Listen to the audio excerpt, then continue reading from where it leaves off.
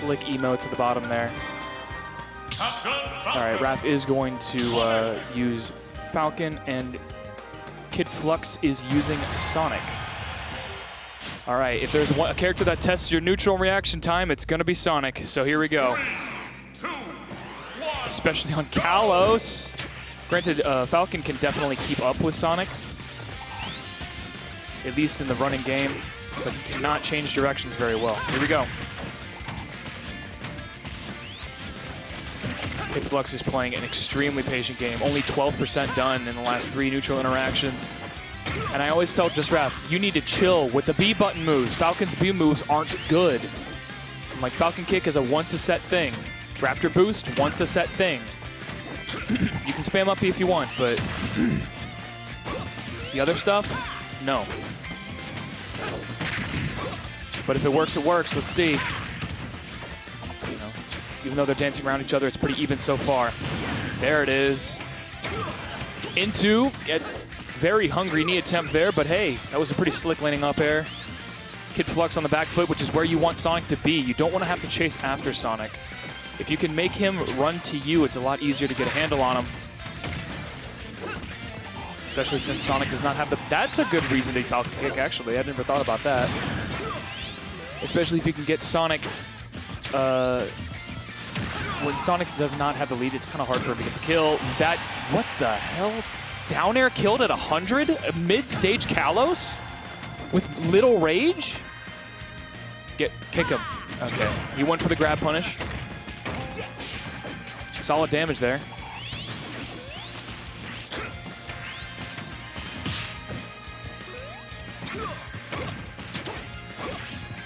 Did he just I'm going to assume that wasn't on purpose. Oh, he angled his shield up, but instead he jumped.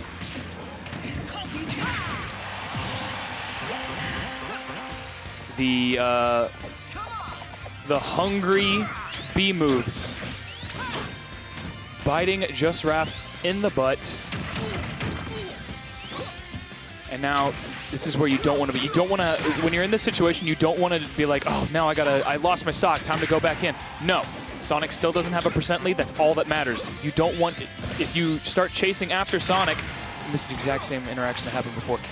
If you start chasing after Sonic, it's going to be a rough time. You're going to lose even slower. Okay. Yeah, just go across stage. You have the lead, Raph. Sometimes the best thing to do is nothing.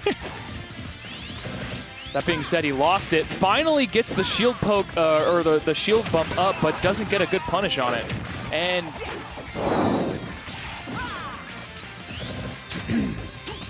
still, Falcon a much heavier character, much more raw kill power. I don't really think it's anyone's game yet. Especially if Just Raph can find one of these back airs, or... Oh, he won't do it yet. But he does technically have a lead. A very, very small lead. Uh-oh. Okay. That's a kind of a hard move to punish if you're not super fast. You kind of have to, like, guess where the Falcon is going to land. It's like a 50-50. If you want to get a hard punish, I should say. And the back airs are flying right now. And I don't think Just Raph has had a full shield this entire game. He's now doing suicides on the other side of the stage. Or gassers, whatever you want to call them. Nice little tech chase there. Wow.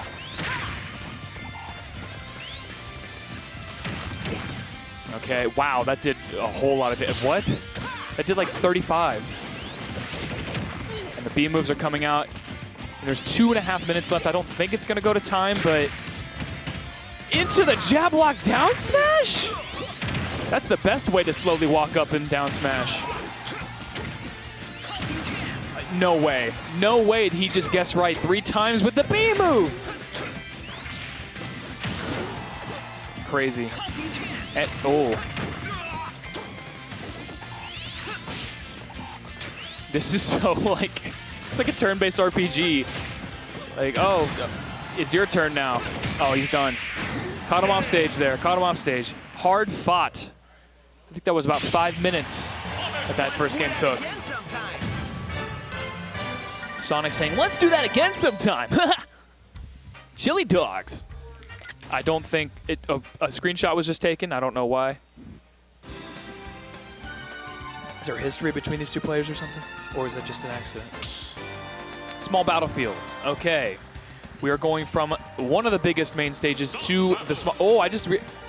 Kid Flux has a Sonic and Shadow mask.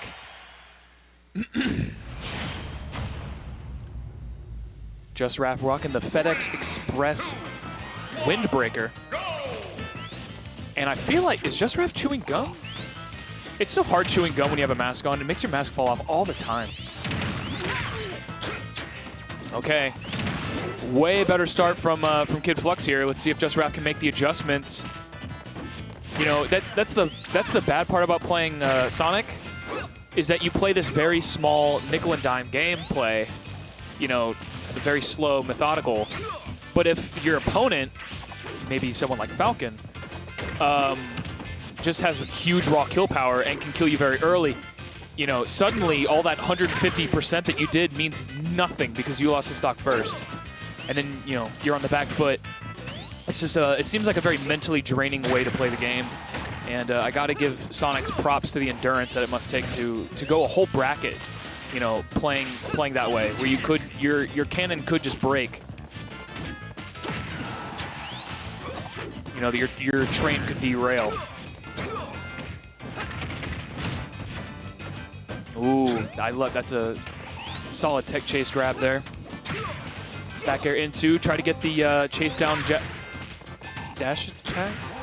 But, you know, like I said, once you know, it doesn't really matter how many neutral interactions you win. What matters is who takes the stock first. Boom. And even though Kid Flux had a really good start, Just Raph is, I mean, is pretty much even.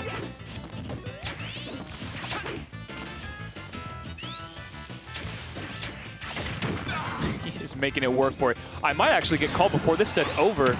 Oh, if this goes to game 3.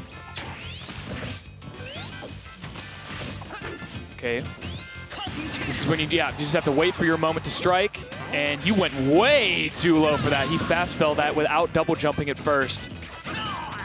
Yikes! You don't want to SD against Sonic. They will take that and run, literally. But and what you don't want to do is get hungry for the stock taking as well. And it doesn't look like Raph is biting there. That I'm gonna go ahead and call that. It was just a huge bait from Just Raph. Just a huge bait. He meant to do all of that so he could get the untechable up B, which I'm surprised was untechable at 150.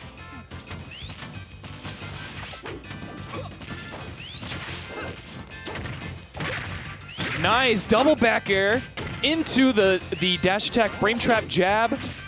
And suddenly, Just Raph has a pretty good lead right now, at least for this matchup. What?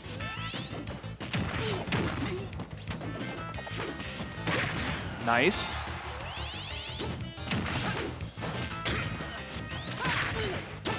Is Kid Flux going to adjust? It's always interesting seeing how different Sonic players choose to approach. Oh my god. That's one way to do it. He ran all the way across the stage into... I love up tilt as a punish option for that. That's so funny. It's like, get down here.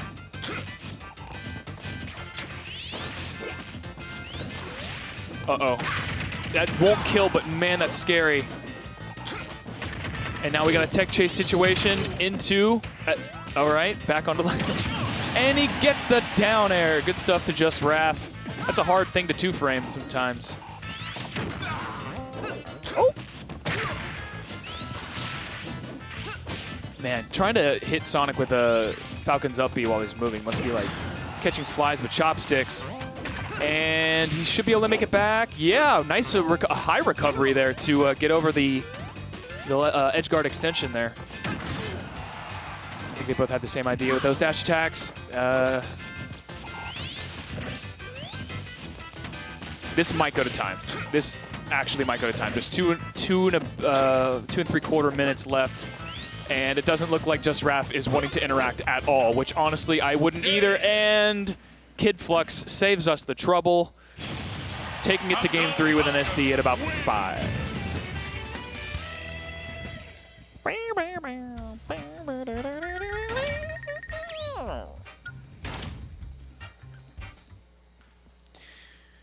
I know Falcon was meant to be an homage to American comics, like Captain America and stuff like that. But honestly, I'm getting a lot of Sentai vibes from him, or Kamen Rider vibes, you know? The fact that Captain Falcon is just a title, the fact that he drives a vehicle. 2, 1, go!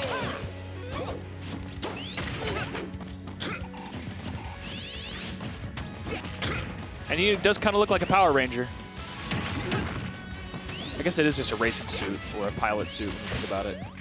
Anyway, which is also, I think, is why he has a scarf, because he's like it's like an homage to like old aviators, like the Red Baron and stuff. Anyway, we're going back to Kalos. Pretty sure you can't do that. You won here. I don't know if Just Raph let him, or if he just doesn't know that he can do that.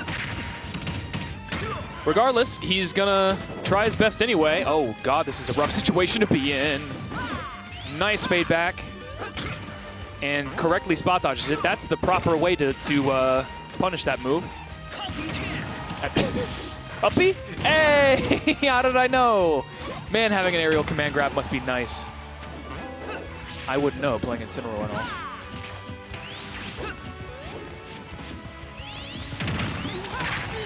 all. All right.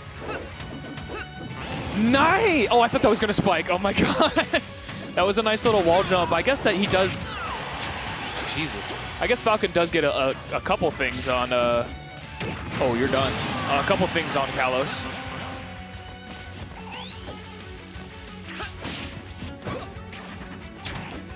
I hope Just Raph let him go back to Kalos. I'm pretty sure otherwise the Town and City or something would have been the play. Not sure. I might have to inform him of this after the match, regardless of who wins.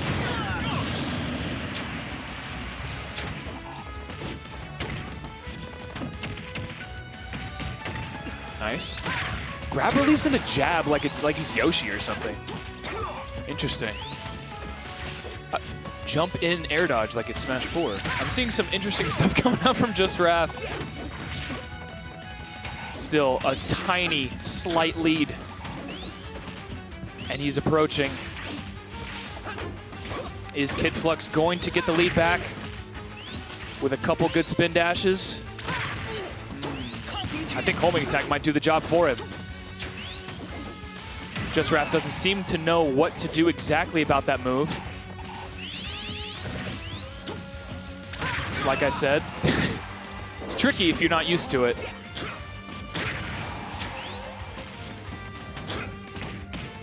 Okay, back throw. This is a precarious situation for something like Falcon when there's a sprint coming and he gets hit by it on purpose. That's actually a good idea. Don't want to get back thrown again. That might just do it. Punish? That move is super laggy when it whiffs like that. I should do it. No? Down throw? Forward throw. Nice patient recovery coming out from Just Raph, but man, he's got a deficit. That was so brave. Why?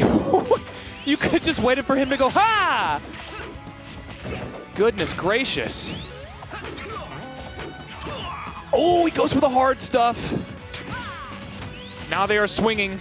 3.5 minutes left. Still 2 stocks on the board, and Rage comes through. Kid Flux shaking his head. Yeah, that'll do it. 150 Rage plus a fresh Falcon up B equals dead lightweight character at 90.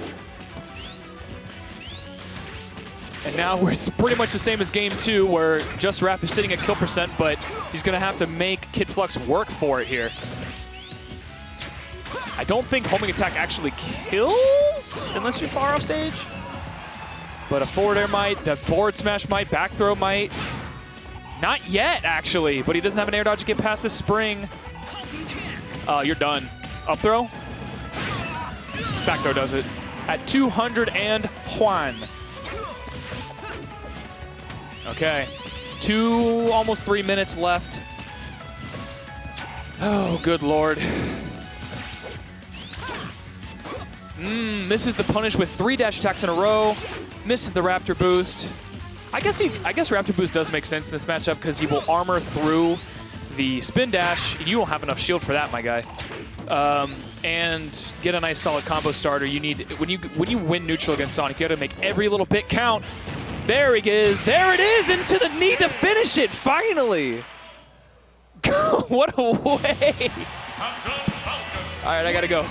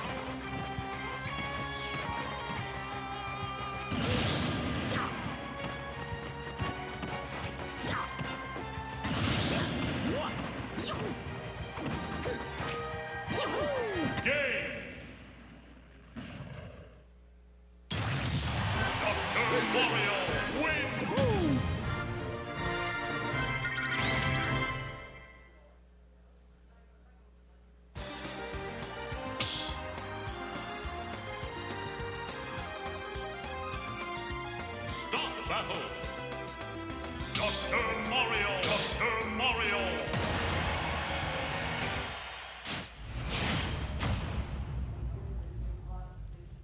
Three, two, one, go!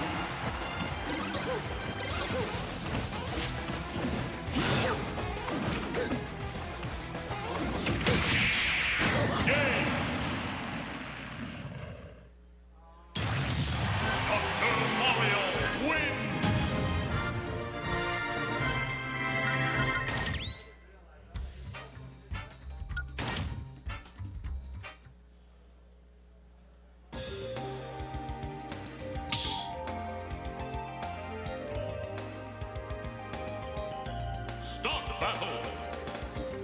Dr. Mario! Mario!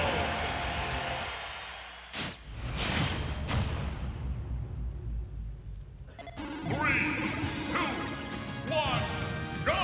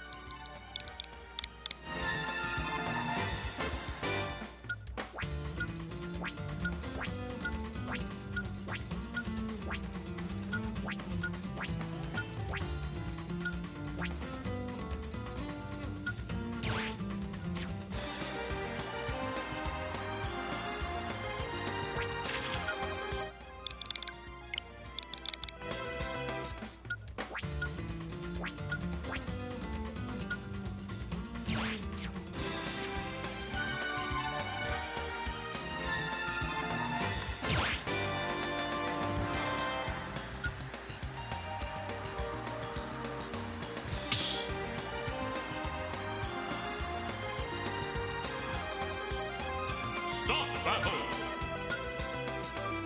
Mario. Joker.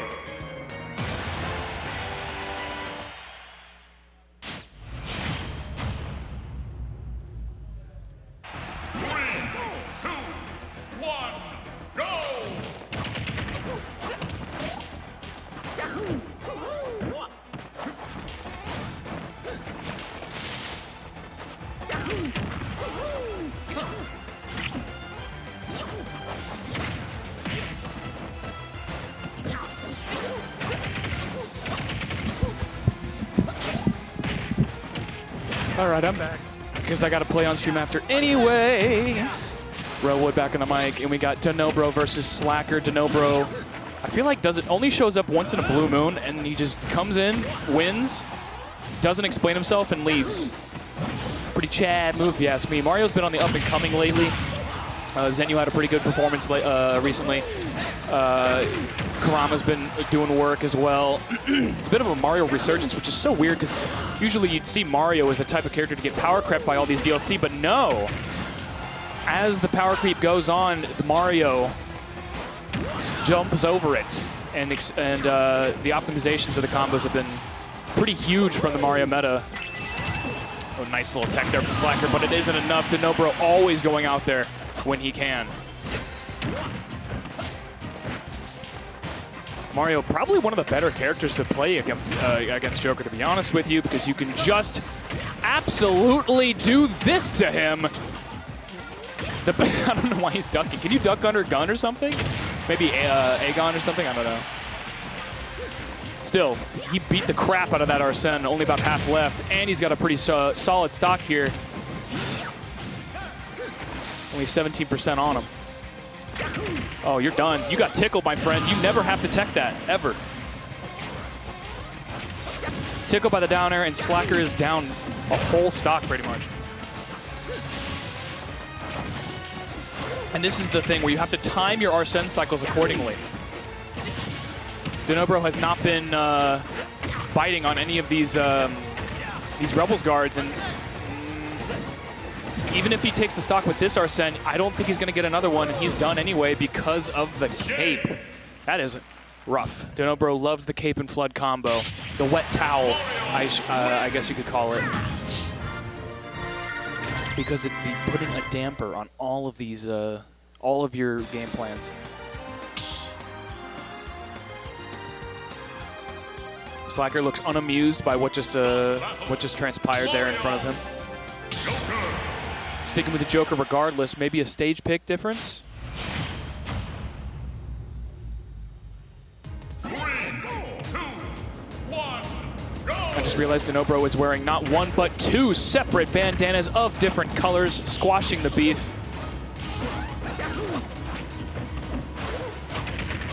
Red and blue, just like his main. Putting the American Mario in this game was the best decision they ever made in Smash. US Open Tournament Mario, if you will.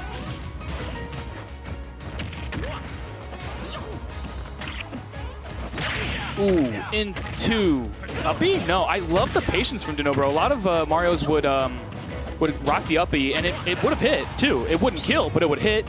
But no, Dunnobro's like, I will trade 6% guaranteed damage for a better advantage state, because uppy is a combo ender and not an extension extender.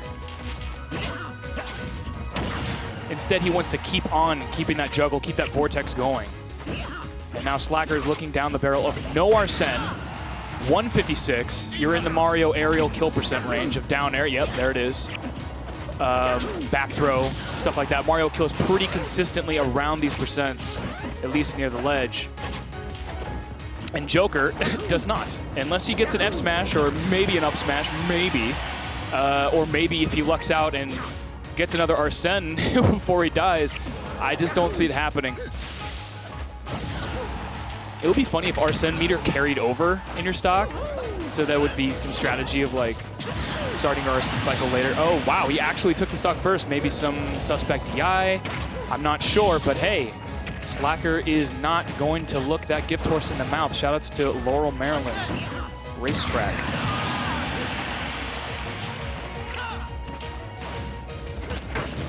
Yeah, that's pretty fair. I trade 1.7% for that all day long. It may not be as explosive a reward as revenging a fireball would or something like that, but it does make sure you get your cycle at 46 instead of 56. Still, I don't think Dunnobro cares. I don't think Dunnobro has any fear of Arsene in his mind, because he's like, if I hit you once, your Arsene's gone. Because I'm hitting you with my combo starters. Yep. Your recovery, you just made your recovery worse. Thanks. Oh no, he doesn't have a jump. And he's barely making it back. Pretty much perfect recovery there from Dunnobro. Couldn't get the back air out in time, and that's so weird that the cape didn't give him, like, he couldn't counter it, you know? It's so strange. I know when you do the Ridley down B and it Rebels guard the Ridley down B, the skewer, Joker still goes into crumple, but he takes less damage because it's rebelled. But of course, with that kind of move, he gets full Rebels guard, obviously. Anyway.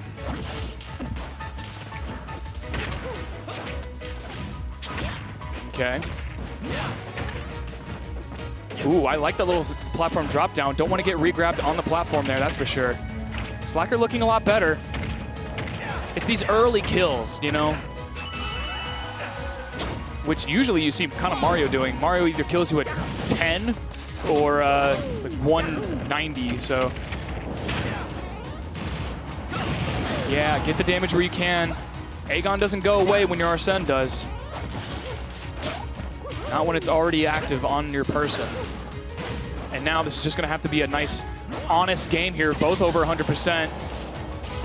And Joker not gonna get our, jeez, this DI is, where are you going? What? All right, another chance for a ledge guard.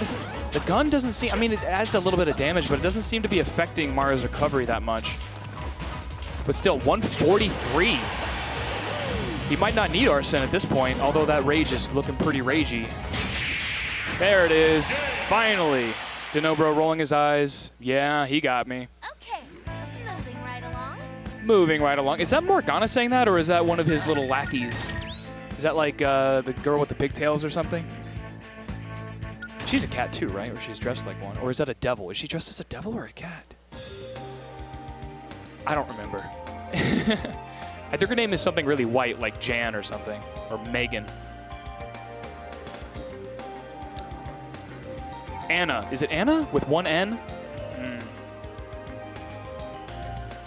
I know all the Persona 5 fans in the chat are going nuts. Excuse me. I'll have you know, that's Anna, and she, this, that, and the other. If you romance her within stage 3, you can increase your charisma by 46 points by the end of the game. Anyway, I say that like I don't love RPGs. Mario. Okay. And now you gave Mario his choice of stage. Where are we going? 3, 2, 1. Kalos? Why? I'm assuming Battlefield was trashed. But then again, I usually see Town and City instead, but hey, whatever. Wall jumps are good. Especially in that situation, yeah.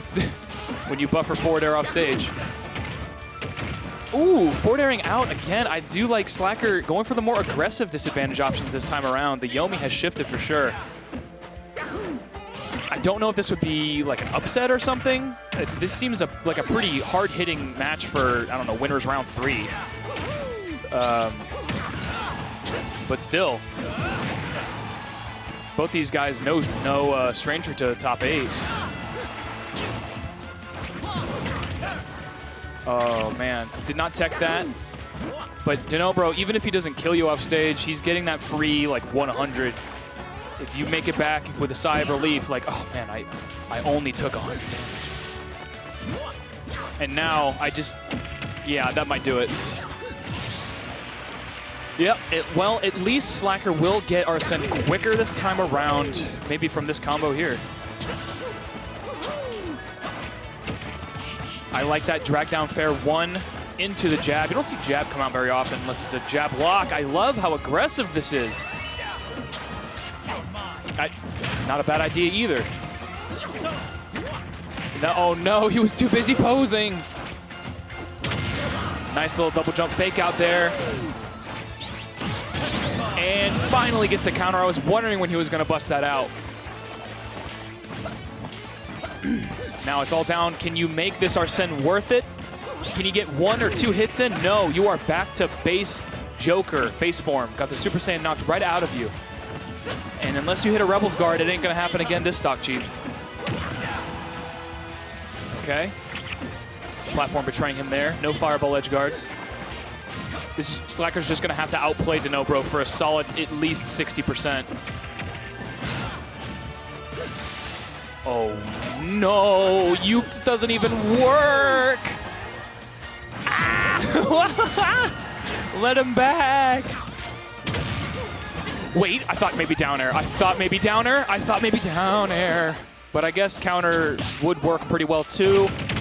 He's still getting pretty good damage on this Arsene, and he's still at 2 stocks. So until that stock is dropped, I'm not going to say anything yet.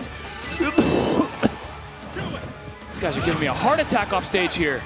No jump either. Not enough of a jump anyway. And we're back where we started.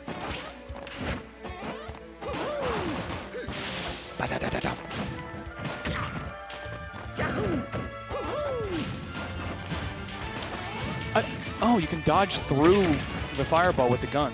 Interesting.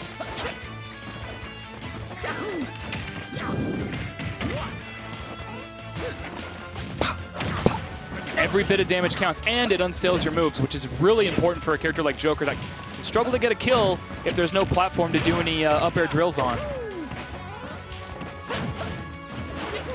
Nice little tomahawk. Puts the egg on the platform to dissuade any sort of high recovery. Are we going to see a reflector?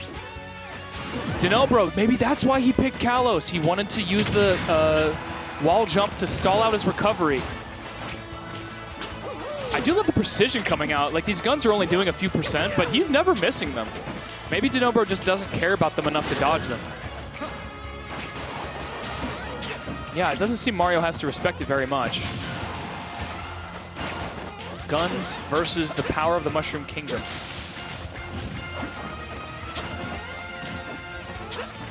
Okay, Dunnobro has yet to press a button. Finally, into the uppy. You're done.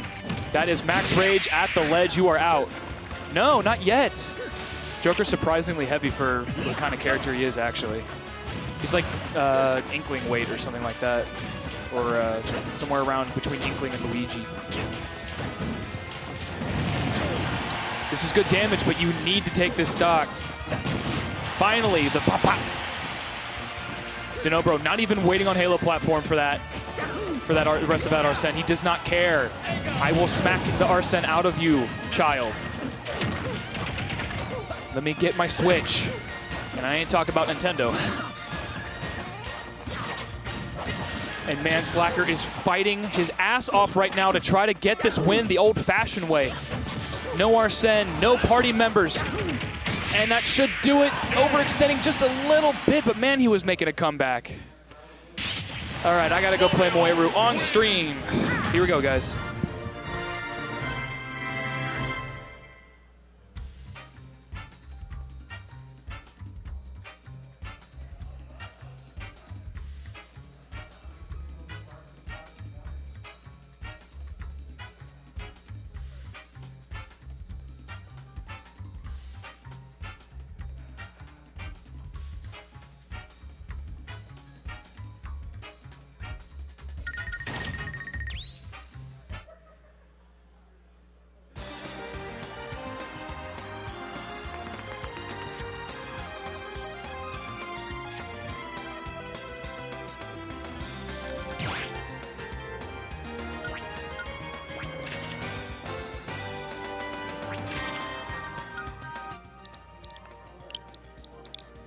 Hey, yo. What's good, people? Hope you guys are doing good. Happy Tuesday. Another Tuesday. Xanadu once again. I'm back. We back. Hope everybody's doing well. And interesting sets that come up. It's going to be Wood. Very excited to see Wood play because he's always a bag of tricks with this guy in terms of what character he knows how to use, what character he's going to be selecting. He's got the Hero, the Wario, the Incineroar, and the Game & Watch. Not sure which one's going to be. I imagine that in this matchup, he would probably feel comfortable going Incineroar because Moeru uses Cloud. And out of all those characters, I do believe that Incineroar will probably be the best. Hero, I play Hero. Cloud's pretty yucky. Game & Watch kind of gets cooked by Cloud.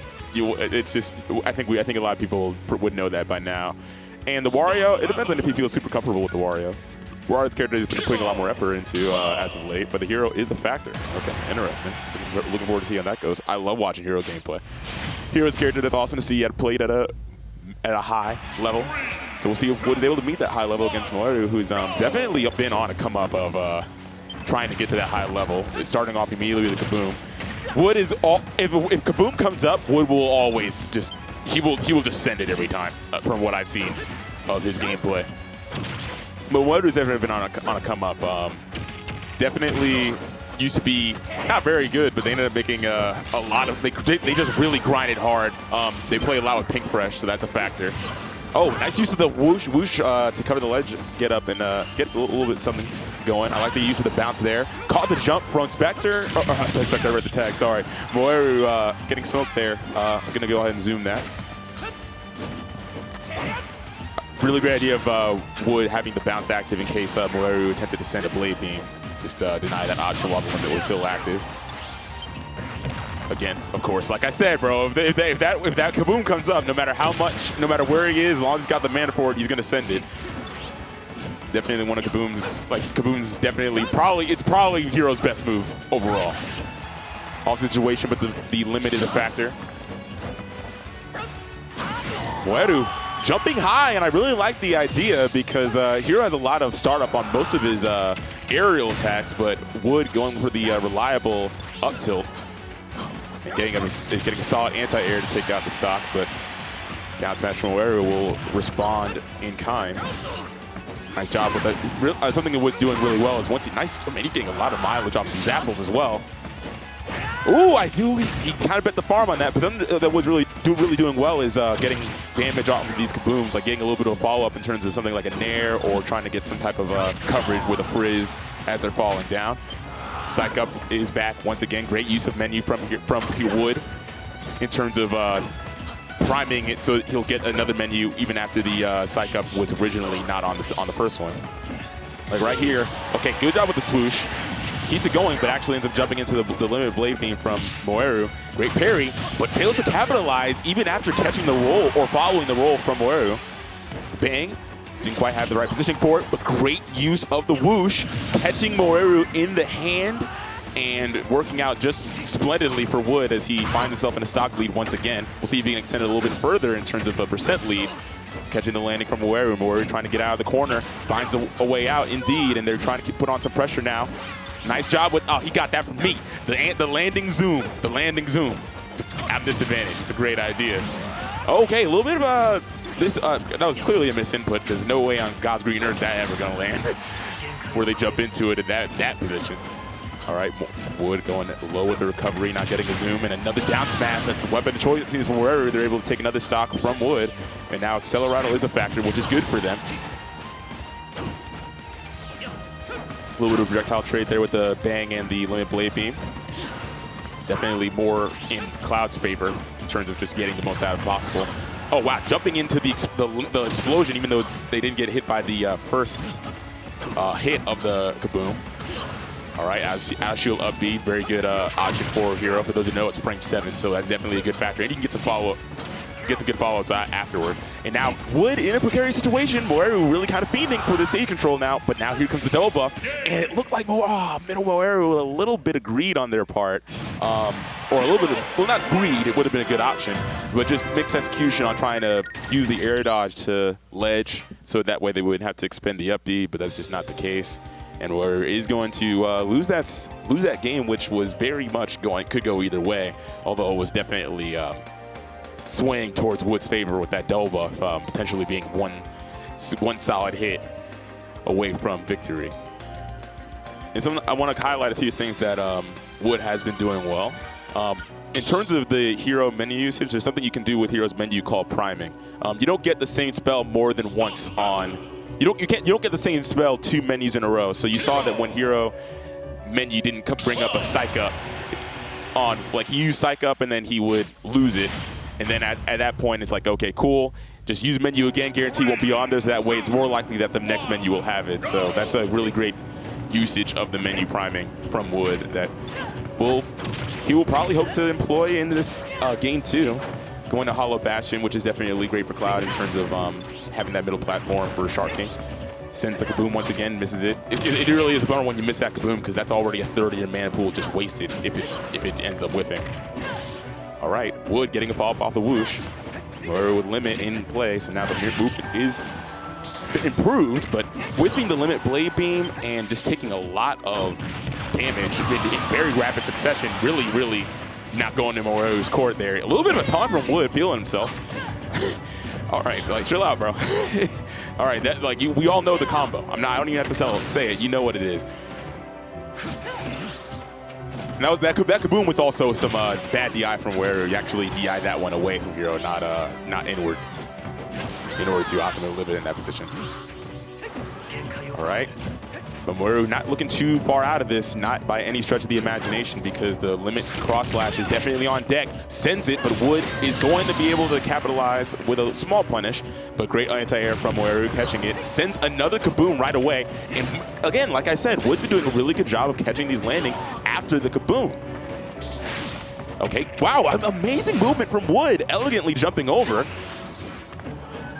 Yeah, Moeru not getting hit by that swoosh there. All right, and now Accelerato going to make it a little bit more difficult for Moeru to nail down Wood on his movement here, because he's definitely putting on display just a great clinical display of just how to playing Hero like a traditional swordy, which he very much is. Honestly, Hero, once you take out the jank and stuff that he can occasionally do, he's a pretty honest character, strictly fundies, honestly. And wow, that was actually an interesting interaction. The double buff up tilt actually had more priority in that situation, even though it clanked with Moeru's own up tilt. And that led to not only a clank of hitboxes, but the attack going through regardless and pushing through because of the damage threshold being overcome. And now Moeru finds himself down against Wood in this situation, chasing it down with the grab. Good stuff from Wood. A parry as well with the zap to punish. Okay, Moeru could be a drought zone. All right. Oh, actually, that was really great from Wood. Even though he didn't get the zoom there. Oh no, a little bit of a. Okay, actually, Moeru lets him get away with it. That could have been a down air for free because Wood had no option but to go for the predictable swoosh. Couldn't mix up the timing because he didn't have money for a mana for a swoosh. Oh, and looks like he had zoom there, but another missed punish from Moeru. That's really unfortunate for them. Wood is taking it and running though, because now Psych Up is a factor once again. Goes to the same whoosh-esque situation that he's been making a lot of mileage out of throughout these past couple games. Wood finds a zoom, slows down his movement with the neutral B to charge. Moeru's playing very safely, and Wood knowing that he needs to wait out this limit in order to extend his remaining lifespan on this stock. But a spot dodge on the Frizzle and a climb hazard to punish. This could very easily change course super fast if Wood's not too careful about this. Moeru could find himself back into the situation, or back in a favorable situation. All right, jump over that dash attack. Wood with stage control and does a jump back Zapple to capitalize. Went for a little bit of a swoosh. That would have actually been not enough to potentially kill, I think, at this percent. The Psych Up is a factor. So I have to be careful about that, but now that it's actually even now. It's even, because at this point, Wood is approaching kill percent, especially with the limit being a factor. Oh my, oh wow, forward smash from Moeru. They're gonna take it with an amazing comeback over Wood. Wood seemed to get a little bit too complacent there with, it was really having a lot of difficulty trying to find those opportunities to get a kill, and Moeru really just made the most out of waiting out the most damaging or threatening situations that Hero was able to make the most use out of. Like, for example, having to psych up and then just moving around, not really engaging as much with Wood directly. I also want to highlight that Wood is clearly repping Hero today because he's got the Glitch Regen Hero shirt on right now. I actually own that too. We could have been twinsies. I actually told that to him just before this set started. Hero going again against Cloud. This Town and City pick is actually very good. Hero definitely does great on the stage, I would say. But Moeru looking very comfortable as you start off. First 10 seconds and already getting a huge amount of damage with 54 and just a few strings. All right, zapping from Wood is gonna be a little bit of a relieve stage pressure from Moeru in that corner situation that Wood was finding himself in. Oh, wow. And there's a forward smash punish. Doesn't get a crit, so that's good for Moeru. Nice use of the frizz, or I said frizz, sorry, swoosh from Wood in order to get that edge guard and get a little bit extra damage on there. Take that one to the bank, of course. Moeru with a great run-up grab. I like what Wood did there, trying to hit him through the stage with, or hit them through the stage with that frizzle or sizzle. He's got so many moves that are easy to mispronounce and all that stuff. All right, there's a zapple from Wood. Wow, very narrow miss, and unfortunately the fourth hit of the cross slash is all that connects, but they're going to be able to capitalize Moeru with a dash attack to close out the stock. Run off there, or run up zap from Wood, and that could have been really precarious because could have been a spike potentially from Moeru if they just sent the climb hazard or something. I don't know. All right, Wood sends the kaboom as soon as he sees it, as he usually does, of course. Doesn't quite catch the tech chase off that jab. All right, Moeru playing very, very, very conservatively right now, just not needing to take a lot of extra risks, knowing that the stock is, oh wow, narrowly evades that bang, which would have killed for sure. Okay, there's a swoosh, no tech from Moeru, and what's the follow-up from Wood? Okay, no need for a follow. Go for one for the whoosh edge, ledge trap situation, but Moeru not able to make it because they did lose their jump beforehand. Now with the whooshes being a factor, or with these up air, whooshes, the up airs being a factor, making Hero whoosh up into the sky clearly of no accord of his own. All right, Wood, he's going to look for a zoom here, not going to quite find it, so he's going to have to up B back. Expends a lot more mana than he might have intended to with the swoosh, or as he would have hoped. But oh, there's a back air, great corner pressure from Moeru, and now going from being on your potential losers bracket stock on that last game to being on the other way around in this game 3. Moeru clearly showing that up-and-comer status that I've been mentioning before, that I mentioned at the beginning of this set, has been very much earned.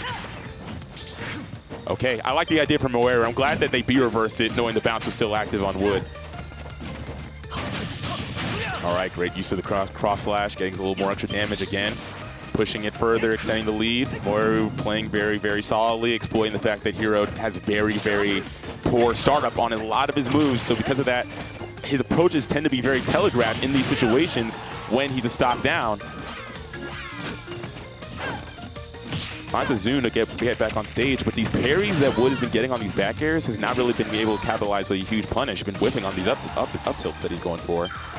A narrow miss on the snooze, and that's going to be a back air to close it out. Moeru looked very, very polished as that went on. Very good patient gameplay throughout, good movement, and putting some range between him and Wood, between himself and Wood, was definitely the factor that made the difference in that set, because Wood really just capitalized a lot in that game 1 off of just finding more hits where Moeru was coming in, interacting with him, and in those situations where Wood had to take the initiative, didn't quite work out the same way because Moeru was able to capitalize on Wood's approaches and make most of those situations where Wood was a little bit starved on the MP. So good stuff for Moeru moving on to the winners bracket. I think they're going to be in winners quarters. I'm not sure I'm not sure how big the bracket is tonight. I'll have to go ahead and check on the bracket command. I'll go ahead and pull that up. But you guys are doing good, and this is going to be interesting. This is a guy this is a familiar face for those who have been in the Maryland team for quite some time. Gummy's definitely been around the block at this point. another up-and-coming player who's earning their stripes as of late. But Barking Frog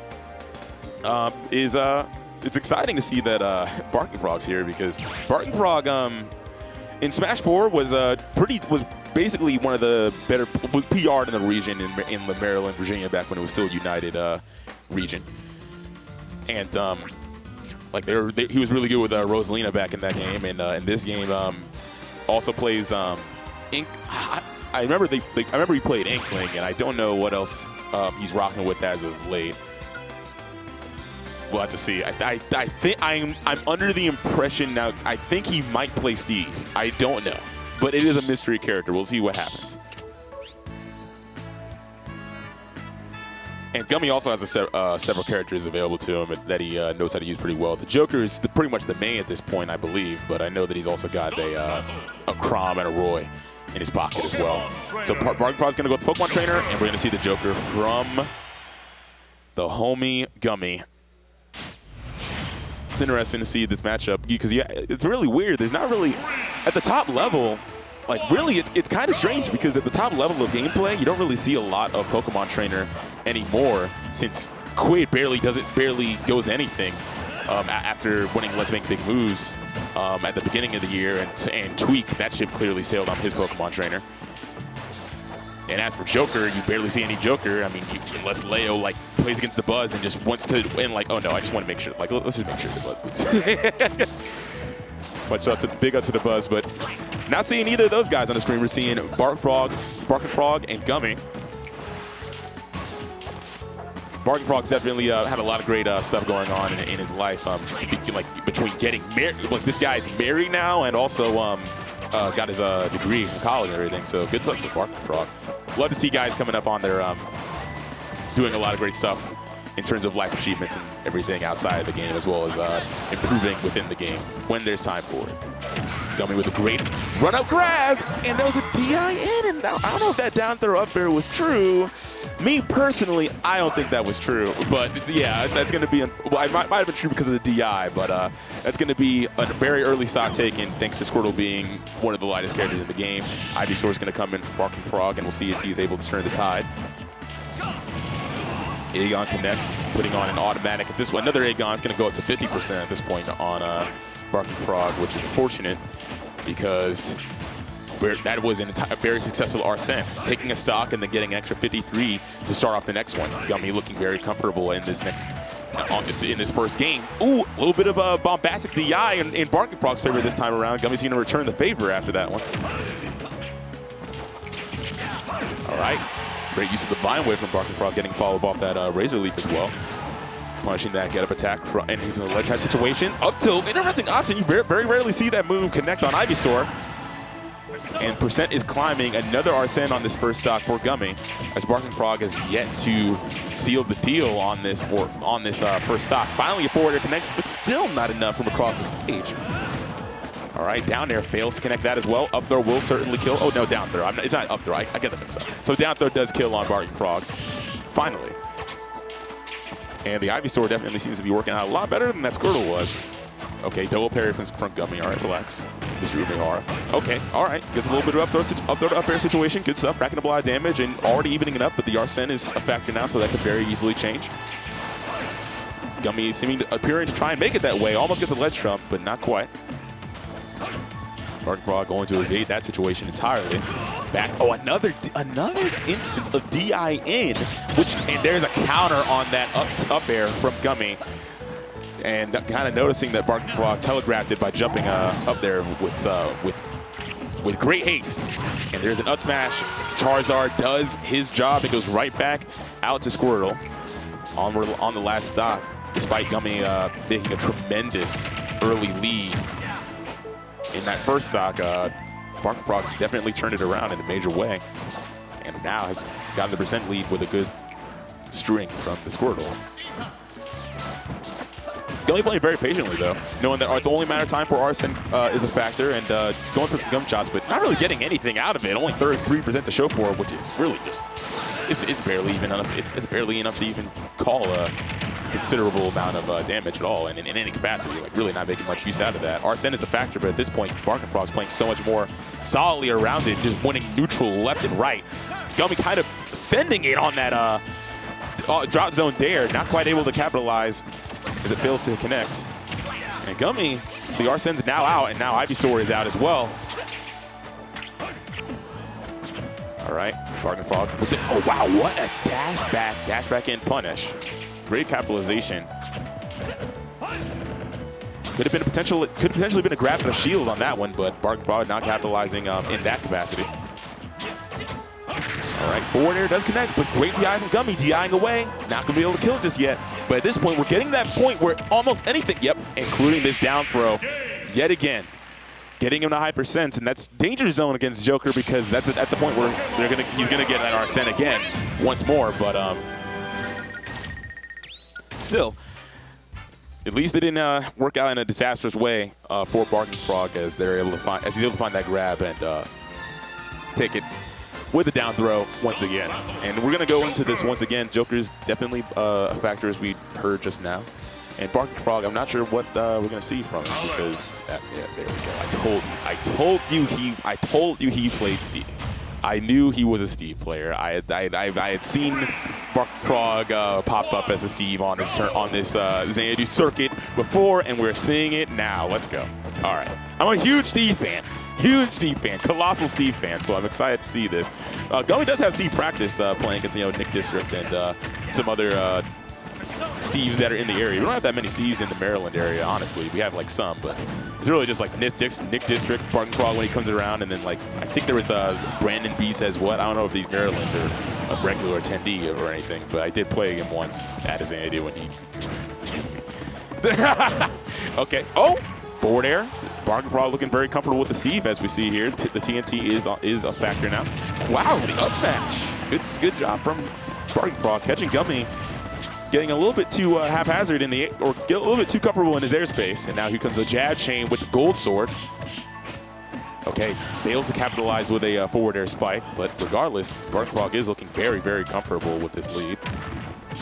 All right, great job making the most out of that sword before it was eventually damaged beyond repair. And doing very well materials on this stock is Barking Frog actually hits with the firework on that Elytra. All right, I like the idea of Barking Frog using those blocks for additional mobility, but regardless, he finds himself out of luck as Gummy capitalizes there with the. All right, going for a little bit of a block setup, like something that Steves will do is go for a little bit of a block side, so to speak, where they'll fall on the anvil with a grab after the block disappears. But Barking Frog definitely going for something near the ledge. I don't know what he's cooking, but I don't know if he's got the recipe. Gummy knows this. He's aware of what Barking Frog's attempting, it seems. And there's an up smash to capitalize. Great use of the Jair to up smash combo from Barking Frog. Gummy's playing very composed here. He's actually content with slowly allowing Barking Frog to build materials back, because even if the materials are being built from Steve, I've heard some are of the mind that Steve's gonna get it anyways. So at this point, there's like he's gonna get materials anyway. So at this point, like it's not that big of a deal. But consider the following: like Steve with this much iron is such a threat. That's this much iron and gold. He's at the point where he can't even get any more gold.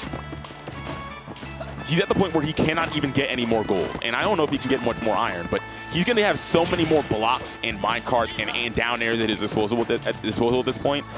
And I know that Gummy was waiting out the Arsene, which is a noble idea, but what use is it when the diamond tools are a factor?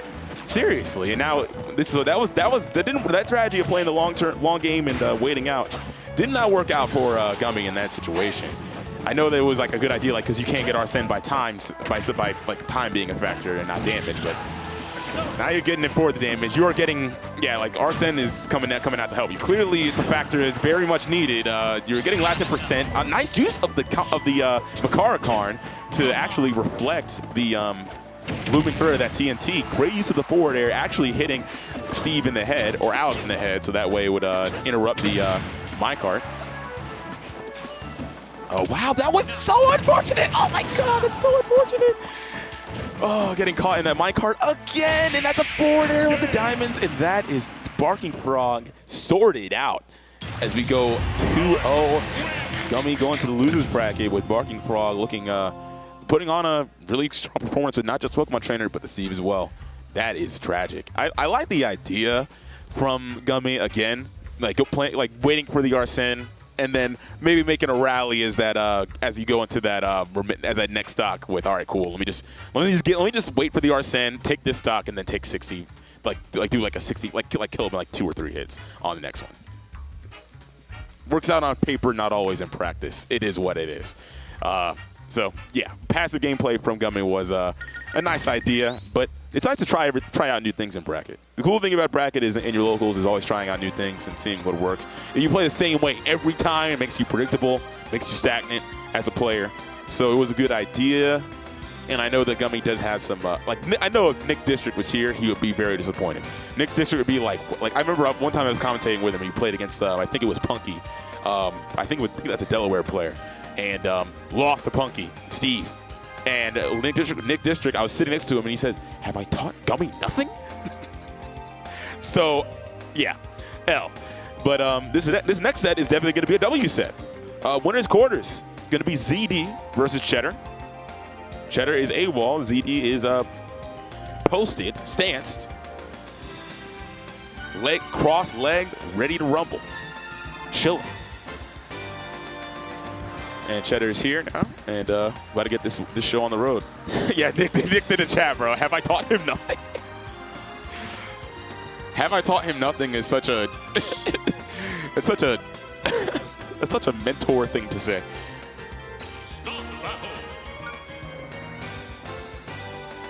All right, about to get the show on the road as these two put their chat tags in. I'm sure they're already in. Yeah, ZD is definitely in here. I mean, he's here every week for sure. I think this is Cheddar's tag as well. Yep. Gonna see that wolf from Cheddar come out once again.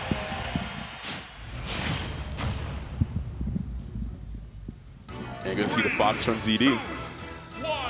Cheddar has I'm really interested in seeing when Cheddar can break the mold and take a set off of ZD. This could be the first time if he's able to have his way. All right, ZD going for a little bit of a going for the tri-state twister setup with the roll to ledge and shield. That's getting more and more popular as time goes on. But I know ZD's been a practitioner of that for quite some time. All right, right now ZD is definitely getting a lot of mileage off of burst options between dash attacks and whatnot. And I'm trying to scout out the gets a drag down forward air against Cheddar. Oh Cheddar! Oh man, ZD a few inches away from getting smoked on it by that sweet spot back air. Sour spot there connects. Cheddar trying to go for these jump reads as a way to take the stock. Really interesting thing about this. Oh wow, unfortunate from Cheddar missing out on that situation to potentially get a free down air or edge guard of some sort in order to take that stock as ZD finds himself off stage in unfavorable position. But that's a nair. Almost wasn't true. I think if Cheddar air dodged, he would have actually been able to get out of that nair dot smash because he actually did use a jump. You saw him jump out of it. You saw a little wave effect on the air. Interesting thing about this matchup is not just in terms of seeing Spaceys fight each other, but also just because of the fact that it's interesting to see how both players really go for their hits and what situations they're trying to get on each other. Like for example, you see jump reads and anti-air coverage from ZD in this situation as he tries to call these jumps from Cheddar. Up until now, Cheddar was really trying to go for a lot of anti-air situations, like trying to catch ZD jumping into a back air by some chance, but in that case, this goes for the forward tilt to pull out a stock finally. ZD with great reactions, and that was an amazing down smash, timing it just right in order to two-frame Cheddar with it, catching Wolf by the leg. All right, does he miss this one? He does. He's actually such a low percent, I don't even think Cheddar could have been able to really capitalize with a kill. A drag down forward air. ZD keeping the pressure going in a major way. Another drag down forward air. Yo, what the? Yo, let him live, man. Jeez. crazy. ZD really looking comfortable as he's well past lap Cheddar in percent on this final stock of the game for him, and seals it out with like drag down forward airs. He hit about 4 or 5 drag down forward airs in that last 25 seconds, which is wild. Almost as wild as Hubris with the 6 months in the chat. Thank you very much for subscribing to VGBootCamp. Shout out to everybody that supports VGBootCamp. Seriously, that goes a long way. If you're watching on YouTube right now, bless up. If you're watching it on Twitch right now, like everybody follows, but there's not really a lot of people that subscribe. So if anybody subscribes, that means a lot to helping out the cause, because VGBootCamp definitely, as we've seen, puts in a lot of work. So yeah, bless up Hubris. Thank you. All right, see how this goes for Cheddar on this next one. And we'll see if, like, kind of telegraphed a lot of his like I said, like a lot of the ways in which people are trying to like I mentioned that earlier, like a lot of what he was looking for was trying to call out jumps from ZD in order to take that first stop, and it kind of led to maybe ZD finding his options to be a little bit more telegraphed, and then not really playing into that game plan to the same extent that Cheddar would have wanted in order to be able to seal the deal. So far, it's pretty neck and neck between both these guys. As ZD with a great grab there. Ledge trap situation. He's been getting a lot, like this situation where he has his back turned to the ledge and has a shield, puts him in a prime position to either get an up tilt on the ledge get up or a dash attack on the ledge roll. So that works out great for him if he's able to consistently find that, which he has been so far. Oh wow, great shot, run off shine in that situation. Knowing that Cheddar had expended his jump, or would have had to expend his jump in order to make it back, and that really made it so that the side B wasn't even a factor in order to recover anymore. Taking all his resources. Cheddar missing. Oh, that was actually a great angle from ZD, which I think avoided just about every option that you could have done in order to close out that stock off a ledge trap situation. ZD with a down air from the ledge and turns it into 40%. What a reversal situation. Almost gets a drag down forward air, but the up B starting up just too soon. Okay, another great run-up grab from ZD. Cheddar fails to capitalize yet again on offstage situation, which is unfortunate as ZD continues to keep this lead mounting, and another very solid edge guard there from ZD, catching that nair and interrupting that forward air, or that side B opportunity that Cheddar attempted to make the most out of. Here comes to the back throw, potentially going to kill? Almost, but not quite. Not enough rage, and even with Fox there's a drag that forward air. Okay, that could have very easily been game, but luckily for Cheddar, he's still in this. Yeah, there's ZD smelling that parry coming as he catches Cheddar trying to nair out of that string to escape that pressure, and now putting on more pressure of his own with the nair dash attack nair.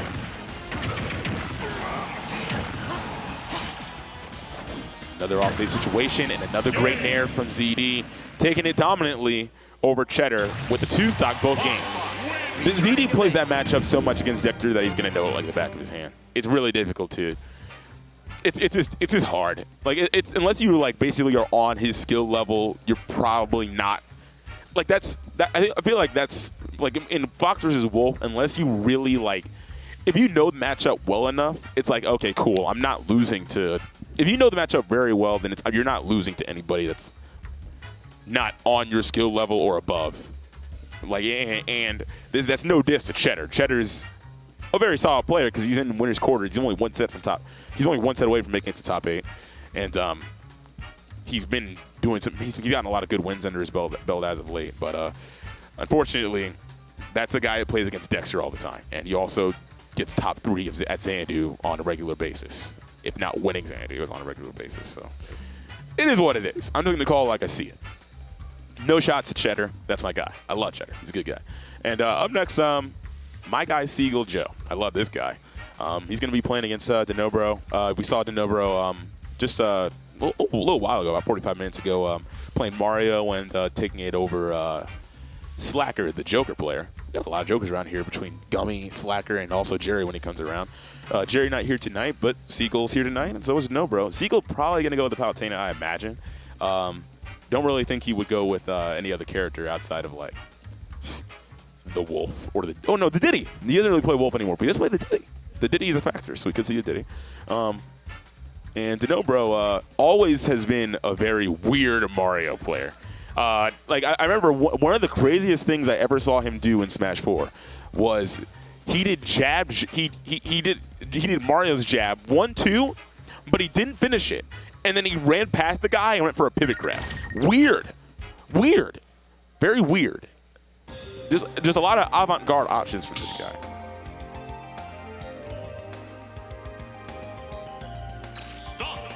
Like I can never tell what's going on in that head of his. He just got ideas and he'd be testing them. He'd be theory crafting and hypothesizing. Whatever it is, I'm sure that it'll be enough to give Seagull Joe a run for his money as we go into this winner's quarter set between these two players. And the Palutena Mario is going to be the matchup. I'm pretty sure Dunnobro doesn't even play native characters outside of Mario. He's a loyalist. He's a tried and true. That's a stop. Me personally, I'm taking that stop. Me personally, before the set even starts, I'm taking that stop. So let's do this. Going into this, that counts as a pause. I'm taking the stop. Me personally, I would take the stop. Because I'm a scumbag. I don't have principles. All right, but I'm going to go into this with no stocks to be taken unless Dunnobro has his way. Has not taken a single strike from Seagull Joe in the entirety of this set so far until I open my big mouth.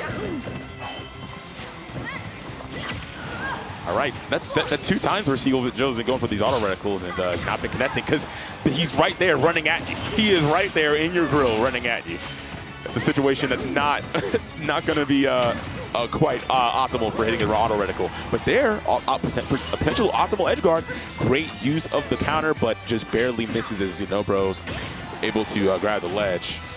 Nice use of the, oh wow, that's a really great use of the fireball. It actually forces a higher recovery, which is easier for Dunnobro to 2-frame. Seagull going for the tri-stage twister, follows the roll and gets it back throw regardless. Both players off stage now in this situation. Seagull finding his way back on. It's a close range explosive flame, catching out that, and a very good trade with the fireball to the explosive flame. That one of those flames is definitely a lot bigger and a lot stronger as we saw there. Great use. Oh wow, interesting. Again, interesting option for Dunnobro going for a cape in order to try and land. Again, he's using cape. What is going on? What is he think? What is he cooking? I don't know what recipe he's got or what ingredients he's using, but he's trying to cook. We'll see if it works out in his favor. So far, it's looking very comfortable for Seagull Joe. Seagull opted for some zoning, and Dunnobro able to break that zone with a back air. Finally able to take that stock, but it's still nothing. Like he's still got to do some work in order to try and bring himself back into this because the percent is definitely counting down or ticking up, I should say. Wow, that run back with punish forward air or forward smash was wild from Seagull Joe, but it's going to work out in his favor 100%. Dunnobro going to need to put on a good bit of damage now in order to make up for this because he's got a lot to. Like if Seagull Joe gets one really good string, it could very easily be lapped to percent. And as I say that, we're just about to see it. All right, Dunnobro, he's going for these approaching rising up airs. We know that to be the bread and butter for Mario and Ultimate, but Seagull Joe's been doing really good of just falling back and letting the move whiff very slightly with Palutena's superior air grip, being able to just slowly jump away from it, or very quickly and agile with great agility jump away from it. Another great explosive flame. That's going to be his second explosive flame kill and the end of game 1. Wow. Yeah, that was dominant. Just really great movement from Seagull Joe in terms of aerial mobility and anticipating the approaching up airs from Dunnobro, which are going to be his in those situations, his tried and true way of getting a lot of damage and turning that into a potentially a stock if he's able to get a very good route, as we see from other great Mario players as well. But yeah, Seagull Joe just really putting on display great use of just solid spacing throughout that first game. Great capitalization off of that one tech chase situation on the platform, getting 48 to start off. Palutena, I don't really think about it a lot, but Palutena could do some damage real fast, man. Like people always think about like the Nair combo and stuff like that, but even without that, she kind of hurts. She kind of hurts. All right, Dunnobro does find a big combo for the first time so far in this set.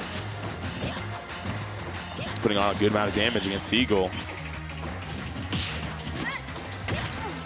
All right, looking a little bit more comfortable in the neutral we see here as he's calling out the jump there from Seagull. I really like that from Dunnobro.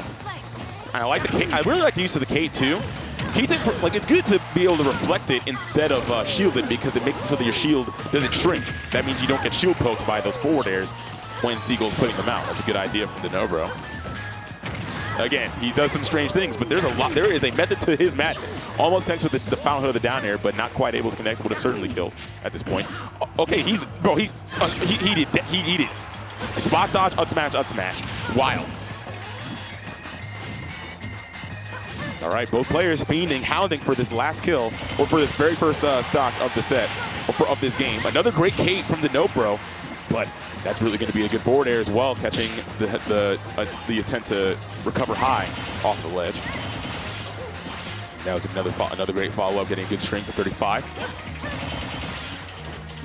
Oh wow, catching the up smash to land on the landing, and now continually putting on the damage with these juggles. Dunnobro manages to find his way out of the corner. Nice use of the down air, but it's not able to kill just yet. Great use of the flood though, pushes Seagull away, goes for the dash attack 2 frame, doesn't quite connect. Seagull going for as much stage control as he possibly can to reset the situation, teleports across the stage, which is good for him. But still, Dunnobro not really having an easy time closing out that stock. Seagull living until 173 until the back air finally thwarts him. Okay, normal ledge get up from Dunnobro. Goes with a flood to reclaim stage control, get out of that corner press situation. Wait for the pillar to come up. Gets the run-in follow-up, which is going to go into a solid 31%. Can't complain about that at all. And wow, he actually hesitated a little bit before getting that approaching up air, which Seagull's generally been doing a good job calling out and spacing around, as I've been saying.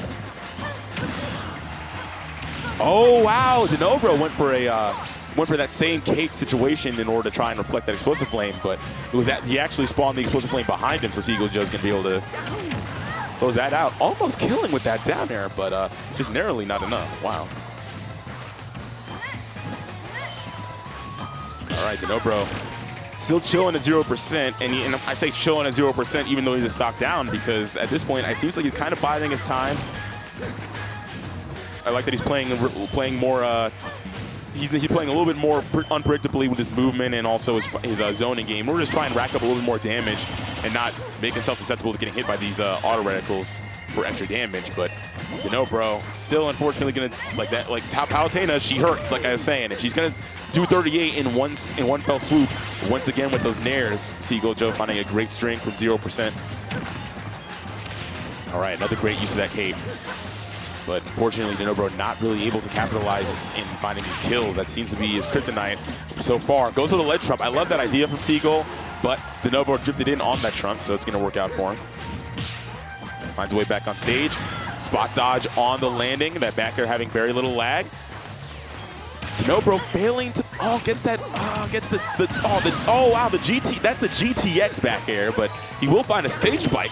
Again, Dunnobro cooking up a lot of strange things. Gonna work out for him as he finally take this stock, but at this point, you're gonna need to do something like the Karama has to come out at this point.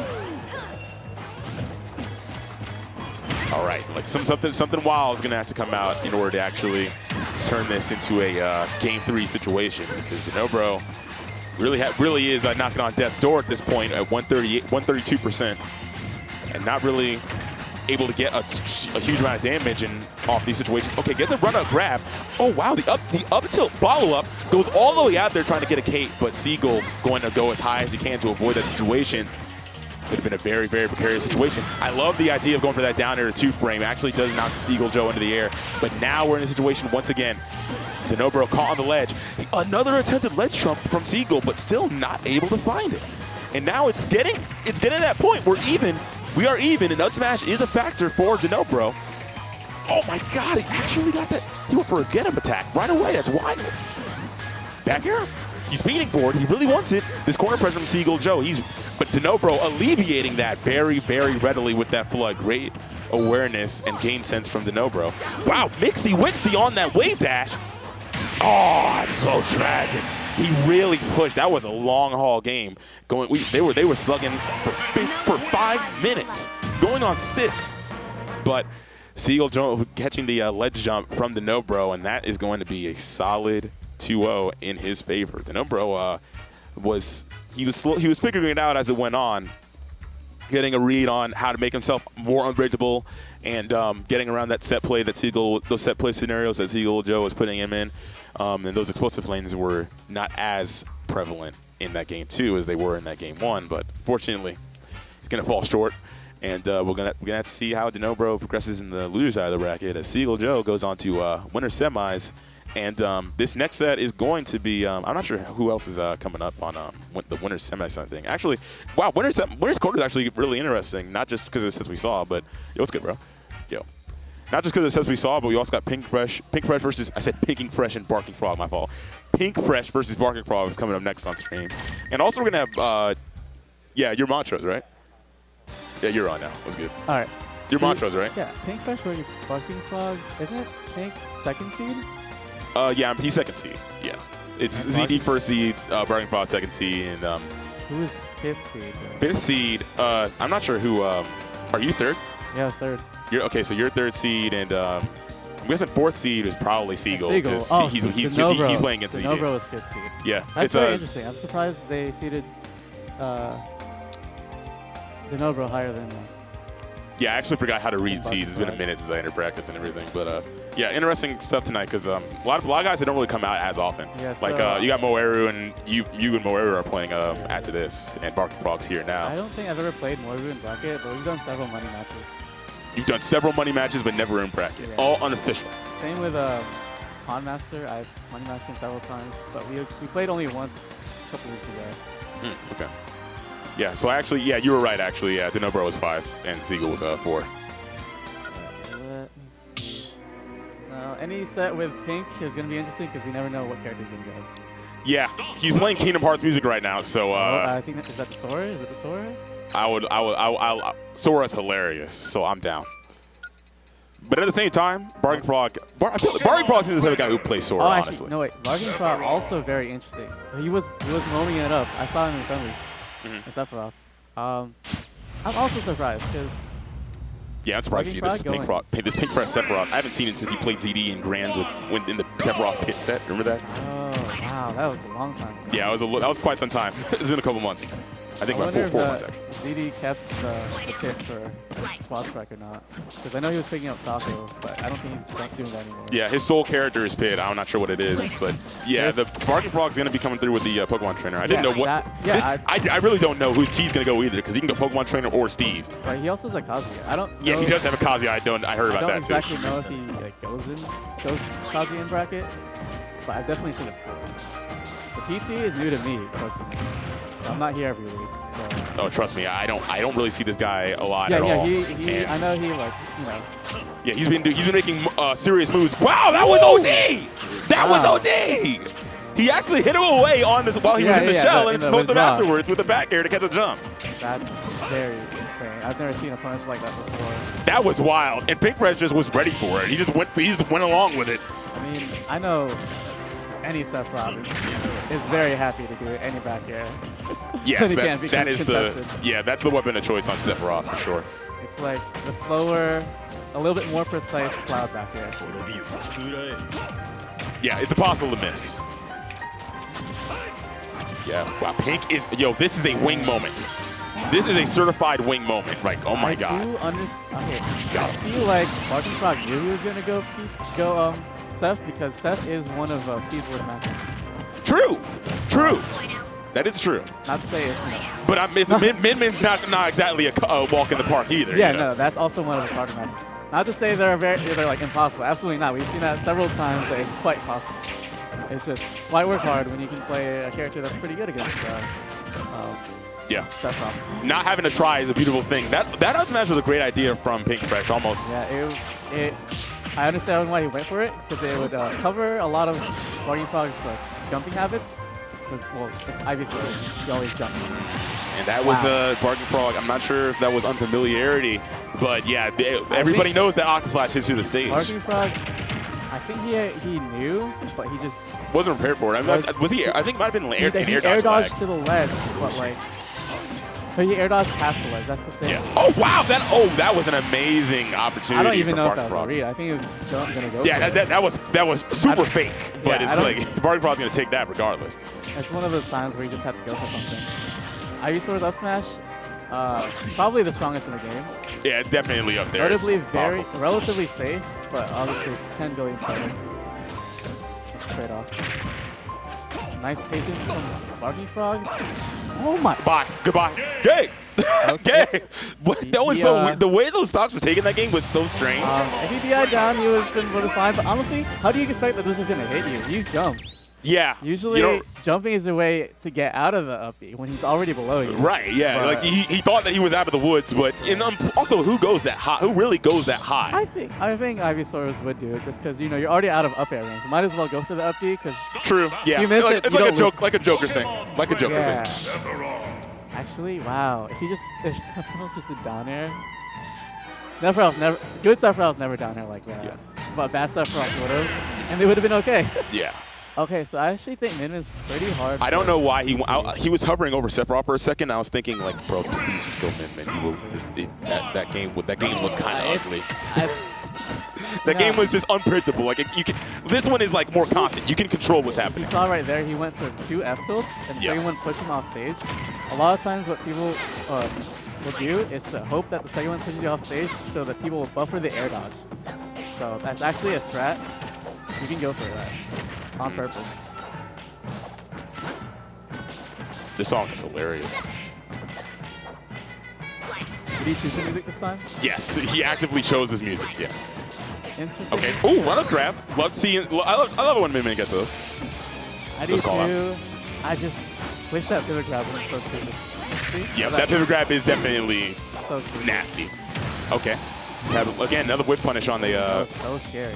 Yeah, that withdrawal. That laser would have killed. That's just Yeah, on Squirrel Squirrel's perhaps. Yeah. super light. If you got the sweet spot forward smash, then yeah. Oh Of my. course. Oh, this situation. Okay, good job from Pink Fresh. I would He say- always does that. Puts out a defensive arm before he goes to the up B. Yeah, most minions will do it. I do say that his are more instant if he likes to switch to the megawatt, which most minions don't do. Most of the time they'll just do that one. Pink is quite fond of the megawatt, even when they're low 8%, because it has a different like arc. Ooh. Again, like that's it. Barking Frog's going for that that high side B a lot of the time. But he did it in that first game on that goofy Yeah, sock. And it did work in this matchup, like at the very start. But yeah, hasn't and then he went won for it since. 2 more times and then got Yeah, hasn't cooked won both since. times. Yeah. I understand why he goes for it, obviously. It's Another grab. it's just a mix up, so to speak. Yep. And great use of the up B as well, getting that high recovery just sorted out, but fails to capitalize with a power punish. But still, Up smash would have been fine, but it doesn't kill them. got him. Oh no, didn't get the sweet spot. It's really weird the way that forward smash is. It's kind of okay, Doesn't have bro. a What? Random. That was so random. I don't Okay, think all it was right. random. I don't think he wanted to go for it. It was just wild to do it. It was just wild to just throw it out raw. Like, Well, yeah. if you saw last game, when he's down, he's gonna go for something. You know, Yeah. down air and up smash. That's And also, he was at the point where it's like, okay, cool. Like, how do I really get in against Charizard, Oh right? my God. Goes all the way out there for that laser.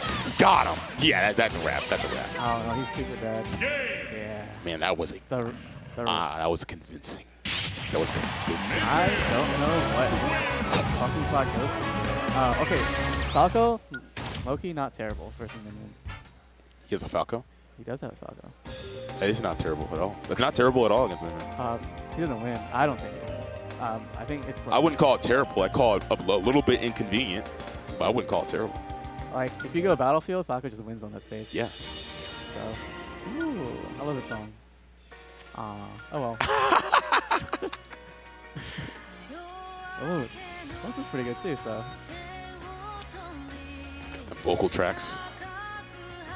So yeah, that's Sephiroth game 1.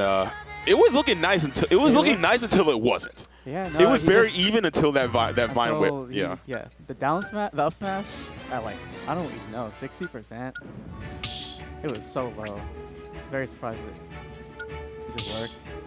I always think it's weird when people go to FD, but then they pick, and it's this dark epic background, and then they just pick some weird, like lighthearted song like this. Yeah, at least this one has an adventure feel to it. Yeah, it does. But it's, I guess, I mean, maybe it's like having a good outlook on going into the darkness and stuff like that or something. No adventure. Yeah, true, Steve. Yeah, the journey and all that.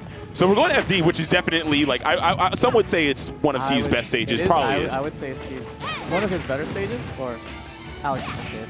But I think it's by far his best stage. So yeah, so I'm yeah. hesitant to say.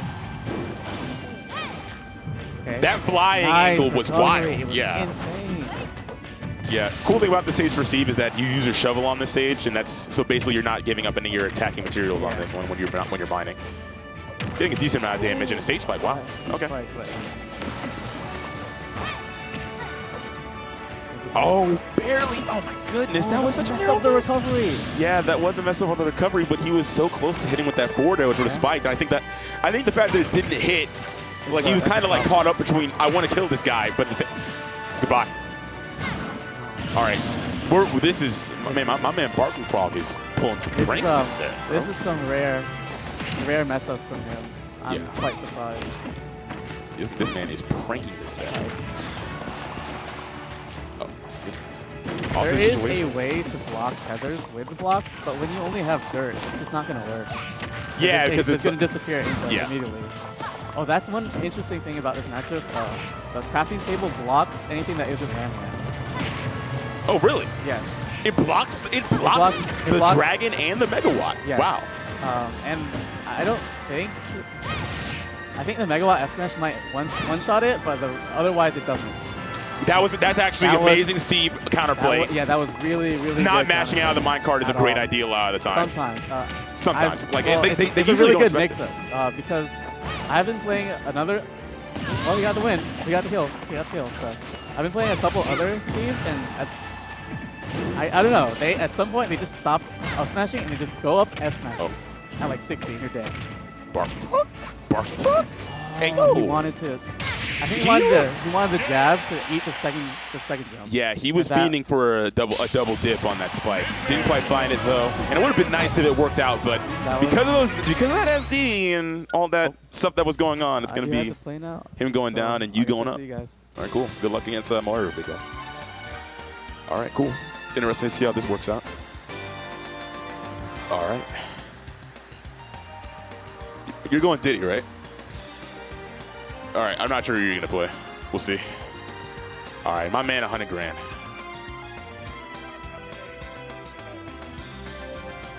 What do you mean you're not feeling 100 grand today, bro? Tell people why. That's good. 100 grand left after I fumbled the bag that hard. Fumbled the bag. True, yeah. True. That was rough. I got hit with the craziest orange combo I've ever seen a Pac-Man ever do. Oh, it was off stream. It was off stream, but it was I was like no way, and I was just like, you got it. I can't even be mad. You really got a 0 to death with me with orange. It was the craziest thing I've ever seen. I didn't know Drop Orange did that. Anyway, that fellow prevented scurvy. Exactly. In a major way. I overdosed on vitamin C for sure. So Montrose versus Moeru, who actually just beat me a little bit ago. He had the really good F smash read. And that was the game shift. That definitely shifted the momentum there. And one thing I commented on when we were talking about when I was commentating that set was really good. Just overall, just really good spacing from them in terms of just playing a little bit more passive, further away from you, playing the mid range, exploiting that more in those situations where you would have to take a little bit more initiative against a character with really strong movement and overall better frame data than Hero. Yeah, I told Moeru he can learn the matchup and it's back air. So yes, that matchup, bro. If I play against Cloud, I just like, yo, I had to work so much harder than this guy. Yeah. All right, he is going Diddy. Yeah. He's going Diddy. Okay. As I would have anticipated. Yeah. Like, does he need to practice another character? How many does he have at this point? At this point, I don't know if he has any. Montrose, I'm pretty sure he just has. It's just Diddy and Ness. Bayonetta, Lucina. Okay. All right. He's so breaking those out at the smash tags. Okay. I didn't know this guy was. I thought he was Virginia. Well, that is in Virginia. Oh, it is in Virginia. I didn't know. Yeah, I don't know where a lot of Smash the Tag tournaments is in Northern Virginia. Yeah. Okay, cool. So I mean, he's doing so good so far. Nice little tech chase on the platform there. Looking pretty comfortable. Moeru bringing it back. Almost gets a falling back air to cross slash, getting the play beam, just sends it. Moeru has is batting 100 on these limit breaks actually. Seems very difficult to avoid. He knows exactly when. It's kind of like same as charge shot situation. Like he knows. Oh my God. Montrose, oh man, that was almost gonna seal the deal from Moeru, but not quite. Good recovery there. Tagging on a little bit of percent while he's at it. But he's. I did notice while I was fighting Moeru, he has a very big spot dodge down smash habit, and I fell for it. But I don't know if Montrose is. You don't have any shield left, my friend. And I think limit up B can just catch monkey flip above you pretty easily there. So yeah, it's definitely an anti-air when it wants to be. Oh, he could have just dropped They down. could have sent it, but they actually went for the. They actually didn't hold down. So yeah, he could have just held down and smacked him. But I guess that's a little risky. Regardless, he doesn't need it anyway. Dash Tech takes a stock first. 154. This is Diddy's big problem though. Oh, sorry about that. Okay, so all right, Moeru looking pretty comfortable holding on to the stock lead. Montrose looking to change that. Gets that. Oh, wow. Banana went right over Cloud's head, but regardless, that forward air is going to connect. That forward air was the bane of my existence in Smash 4, bro. that was the bane of everybody's sword existence legs. back Sword then. legs. Sword legs.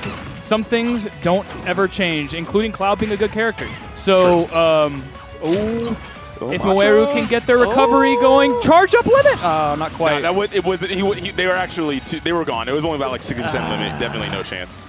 I want to see it. I want to see them try. Oh, okay, great whip punish on that monkey flip kick. Moeru going for that forward smash. That's the problem solver. Yeah, that's what does the Power Rangers say? Yeah, combine. Yeah, that joint. Yeah. Actually, I mean, Cloud is using the modular sword, so it is kind of the problem solver. It is. Yeah, it's the problem. It's like 7 swords put together. Yeah, it's definitely a toy somewhere. Oh, wow. They missed Montrose, yeah, really just wanted to evade that whole corner press situation entirely, going for the high recovery with the, or just a high monkey flip to get out of that situation. I do appreciate Moeru's tendency for these big swings, and they usually work, you know? They usually, the F smashes, the cross slashes, these recoveries, also been very good. I don't think Montrose has caught on to them yet. Yeah, but still, Moeru's going to have to, can't really rely on that for too long because you're at the point where your recovery's not going to make a difference. With the percentage of climbing as high as it is, going to have to try and club the stock as soon as they can, and clearly that's what's on the table here, going for these back airs. But Montrose, that's really making it difficult to hit him. Whoa! He just they just swan dived over all of that so gracefully. Yeah, that limit movement really does makes a huge difference. Gets hit by the banana. That's a forward tilt. Oh, no, I actually went high that time in order to get him with that little bit of the sword on that climb hazard. But yeah, I think they went too high because it was a little slow to come back to ledge. Yeah, Diddy was ready for it. Yeah, only so much borrowed time for Moeru there as Montrose finally closed out the deal on that last stock. I do think Clouds should use the buff of limit more.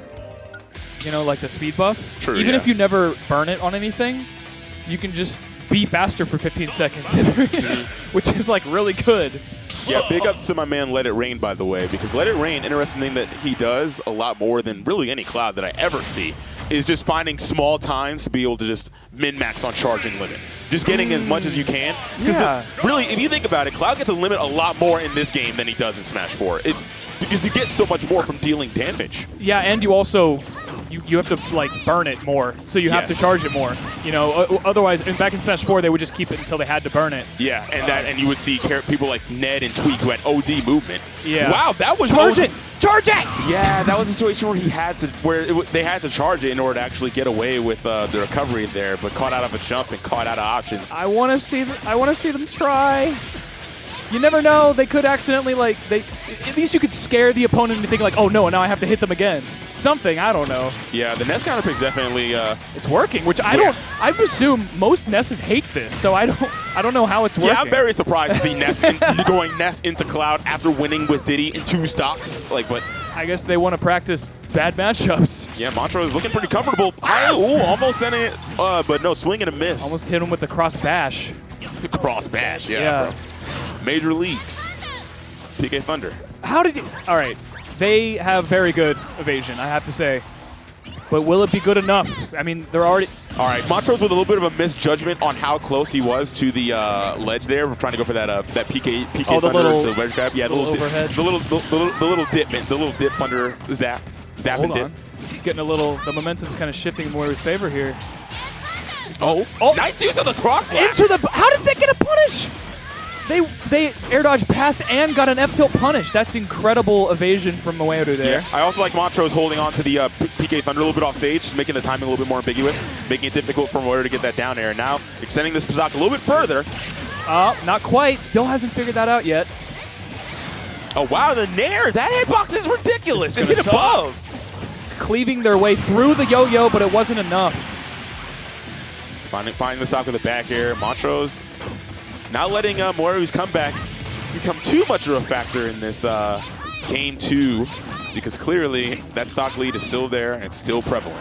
I do appreciate Montrose just kind of tossing the PK fires out because it's longer than a sword, you know? Doesn't want to even try to interact with all the back air nonsense that's happening over there. Yep, that back air, though, that he safe on parry against that forward tilt. That tilted me so hard. Wild, yeah. I noticed that. You keep going for I was up like, tilt and then come getting smoked. on! Oh, come on! Yeah, at that point, he's got to have really good execution in order to get those punishes on that back air. Okay. And that's a back air from Limit. Moeru now with limit. Good job from Montrose, just very, very wisely waiting it out. Moeru taking this time to practice their tech skill. Oh my god, nice little landing catch. And we're in the lead. Signing the check, and now here's the situation. It's even in percents, but now you got to try and get in on Moeru against this cloud. The jump is still there, right? Yeah, the Yes, jump it is still there. You're going to get hit by that. There you Oh go. my god. You can't just sit there. You will get smacked by that. Yeah, good job from Moeru, having the presence of mind to be able to get out of that situation. All right, I love that idea. Aggressively coming down to smack the... You're going to get hit by that? No, the platform in the way. Moeru just making Montrose work for this. Yeah, seriously. Like, it's pretty difficult to challenge Ness in the air, but even with that sword, it's not enough. Moeru is definitely gonna fall short. Really great job from Montrose catching the back air on that landing. Yeah, the one time Moeru went high with the recovery, Montrose was ready, like, okay, you got it.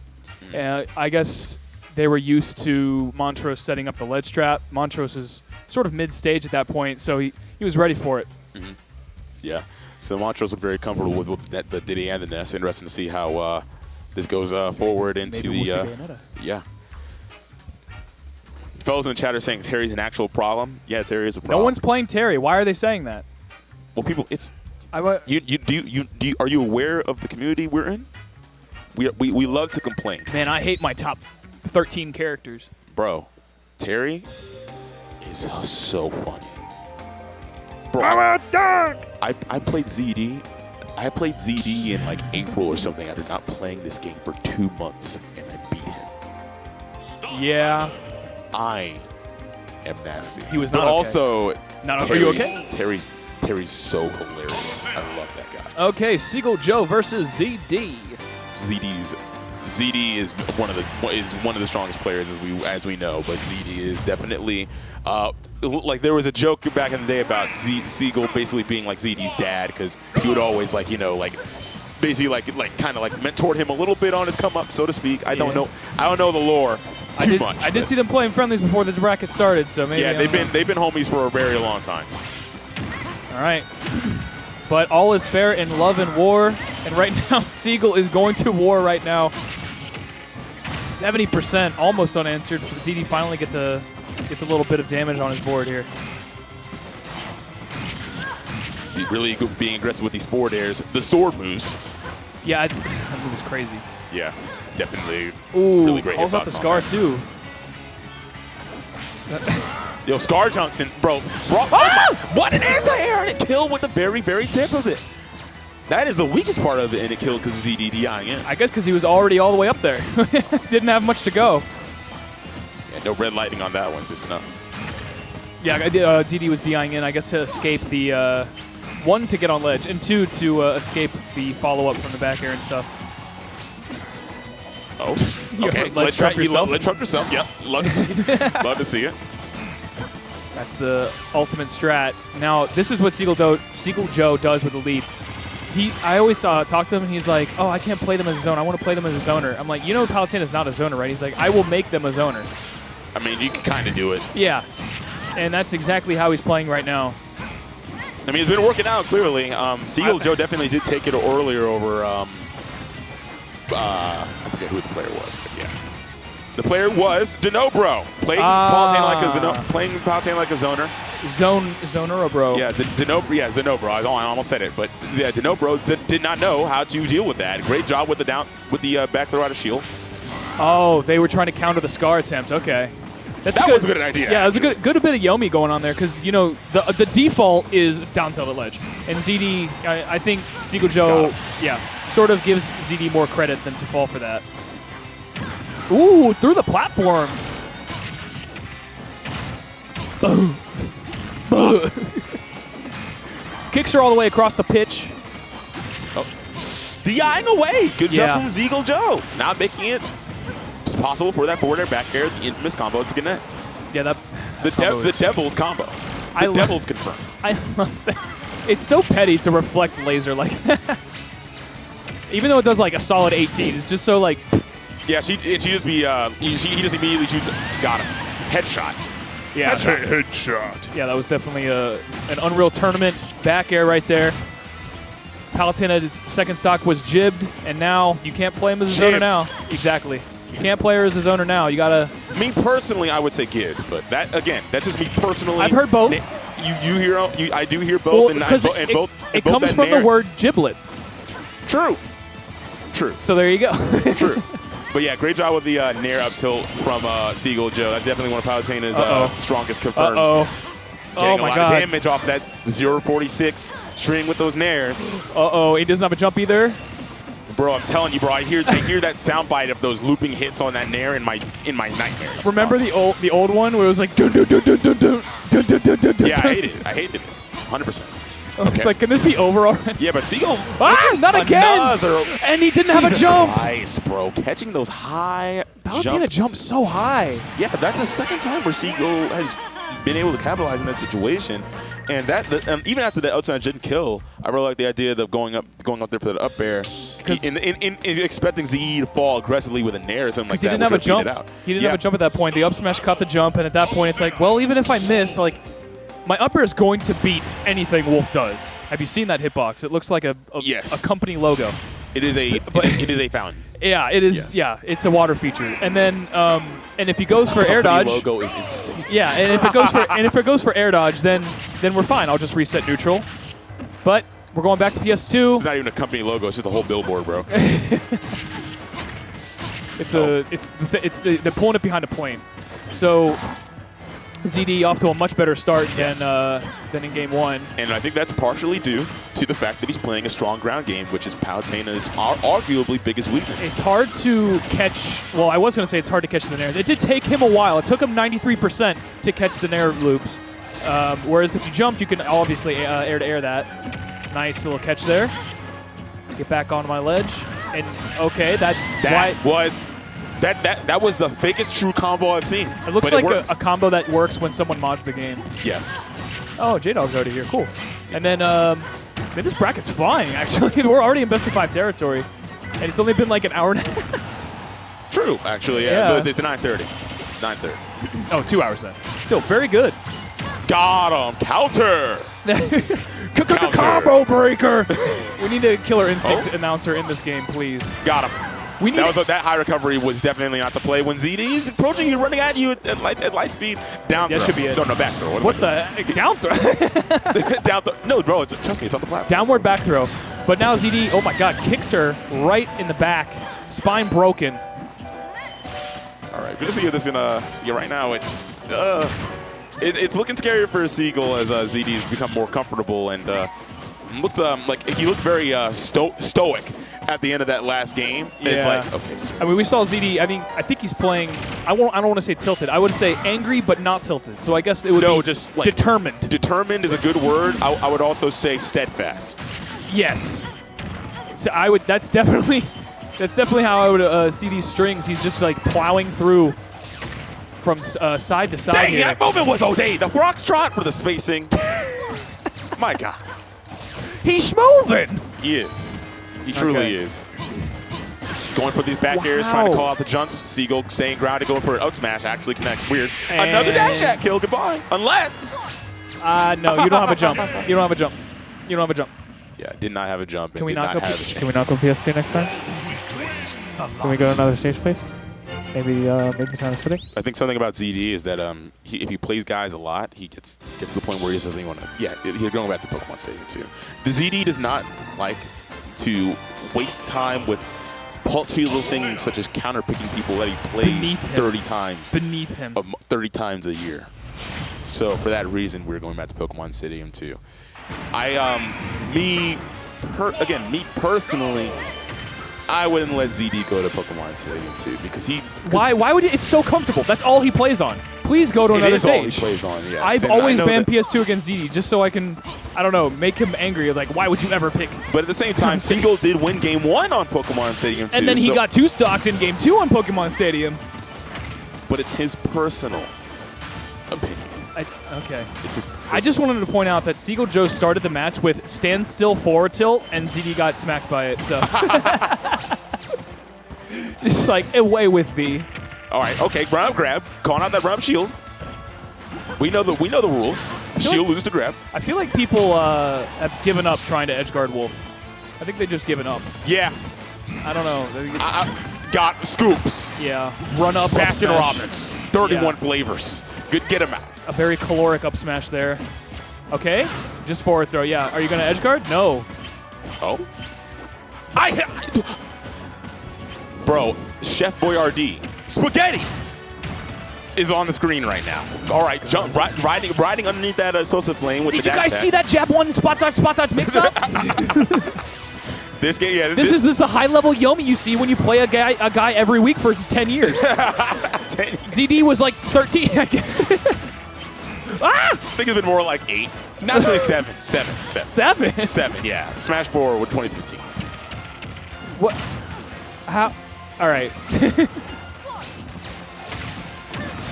Just run. Calling Just out, do okay. it. All Just right. do it. But just a bulldozer dash attack approach. Good idea from Speaking of Seagull which, working out for him. Jesus. That looked like it was going to kill, but he just kind of kissed the blast zone and didn't quite go all the way. He only made it to first base.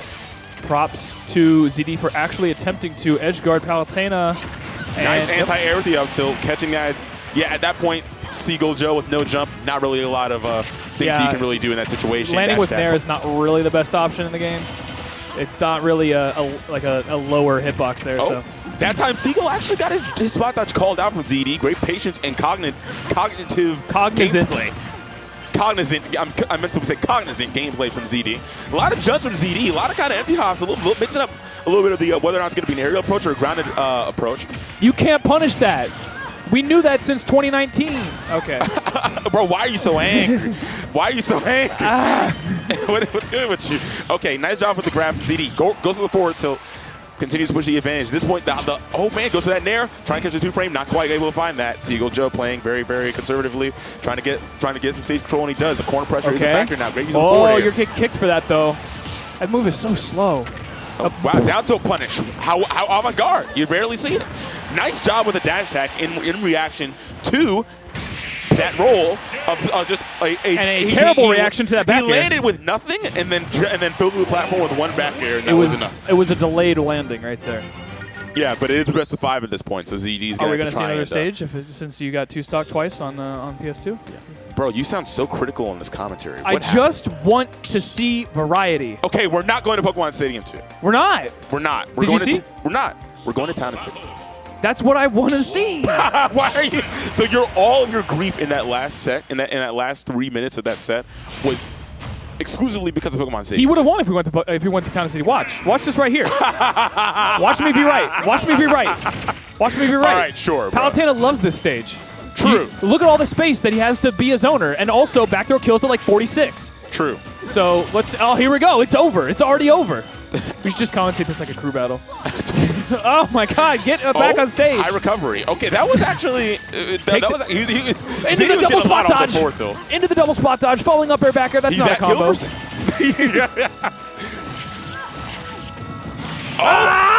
That was wild. Off the Heezy platform. The anti-air flash is OD, but yeah, that was some NFL Street type joint. Yeah, that was an NBA Street. That was MLB Slugfest. All right. Blitz the league. Turbo mode. All right, finally gets the Scar call out that ZD's been looking for. Wow, that move is good. It's okay. Seagull's got this. Seagull's got this. It's on Town and City. He can't lose. Palutena loves the stage, bro. Yeah, Palutena loves the stage, and if she can just stop getting kicked in the face. I think ZD loves these dash attacks. Get your neutral coverage. What Palutena could do about this? What? Another flash. You trumped him and then got scarred for Brother, it. why are you so, if this was... Listen, I have high expectations for my buddy Seagull. All right. I taught him nothing? Exactly. Bro, what is wrong? I'll have you know I am like 3-6 with him, so clearly I know more than he does. Okay. Yo, Seagull playing so conservative. He's running up in his base and then just pressing shield. Because he realizes the more he runs in, the more he gets dash attacked in the face. Yeah, so that makes it really... What did I say? That's what makes it all the more... You actually just forecasted it. That's what makes it all the more concerning. Because in this situation, how do you find your hits? How do you find your neutral wins? How do you close out a stock when you are afraid to take any offensive action? Oh my God! What I was saying was that Wolf does really good on Town and City. Domination. Domination thoroughly. Wolf does really, really good on Town and City. True. Probably more so than Palutena. I think Wolf does good on Town and City, Pokemon Stadium 2, Battlefield, Small Battlefield, Halberd, Smashville, Castle Siege, Duck Hunt, Hannonbow. He does good on a Mario lot. Maker. He does good on Gamer. God, that stage needs to be legal for like one day. All right, should I hop off for J-Dog? Who's hopping off for J-Dog? You can hop off for All right, I'll hop off for J-Dog. I'll play with Dunnobro. I haven't commentated with this dude in so long. Bro, that set was wild. Well, Wood can unwind and have a great set against Dunnobro off stream. And he can sort out his frustrations with Pokemon Stadium 2. And I'm going to be hanging out with my buddy J-Dog for the first time in quite some time. It's been quite some time, bro. I'm glad that you're I'm glad that everything's going well, and I'm glad that you're feeling better. Also, you're looking scrumptious as usual, might I say. Oh, thank you. What's up, hey, beautiful? 6101. How you doing, man? Solid. Nice. Your mustache is growing in nice, man. I gotta say. Good Thanks. facial hair, recognize good facial hair. I'm just saying. I've been told that. Okay, I got told that I look like a high schooler if I shave. So that's like if I Hey, black don't crack. Black don't crack, I guess. It don't. So there's a reason I grew this out, man. Yeah. So I was told. I took feedback from multiple people on Twitter, and even people said not only did I look more mature and overall better, some people said I looked more attractive. So I'll take it. Facial hair's in. Yeah. Beauty's in the eye of the beholder, and the mirrors. If I'm if I'm gonna 14-year-old it up, then that's not the scene for me. Like I'm an employed man. I was about to say, yeah, we're getting too grown. Yeah, I'm 24.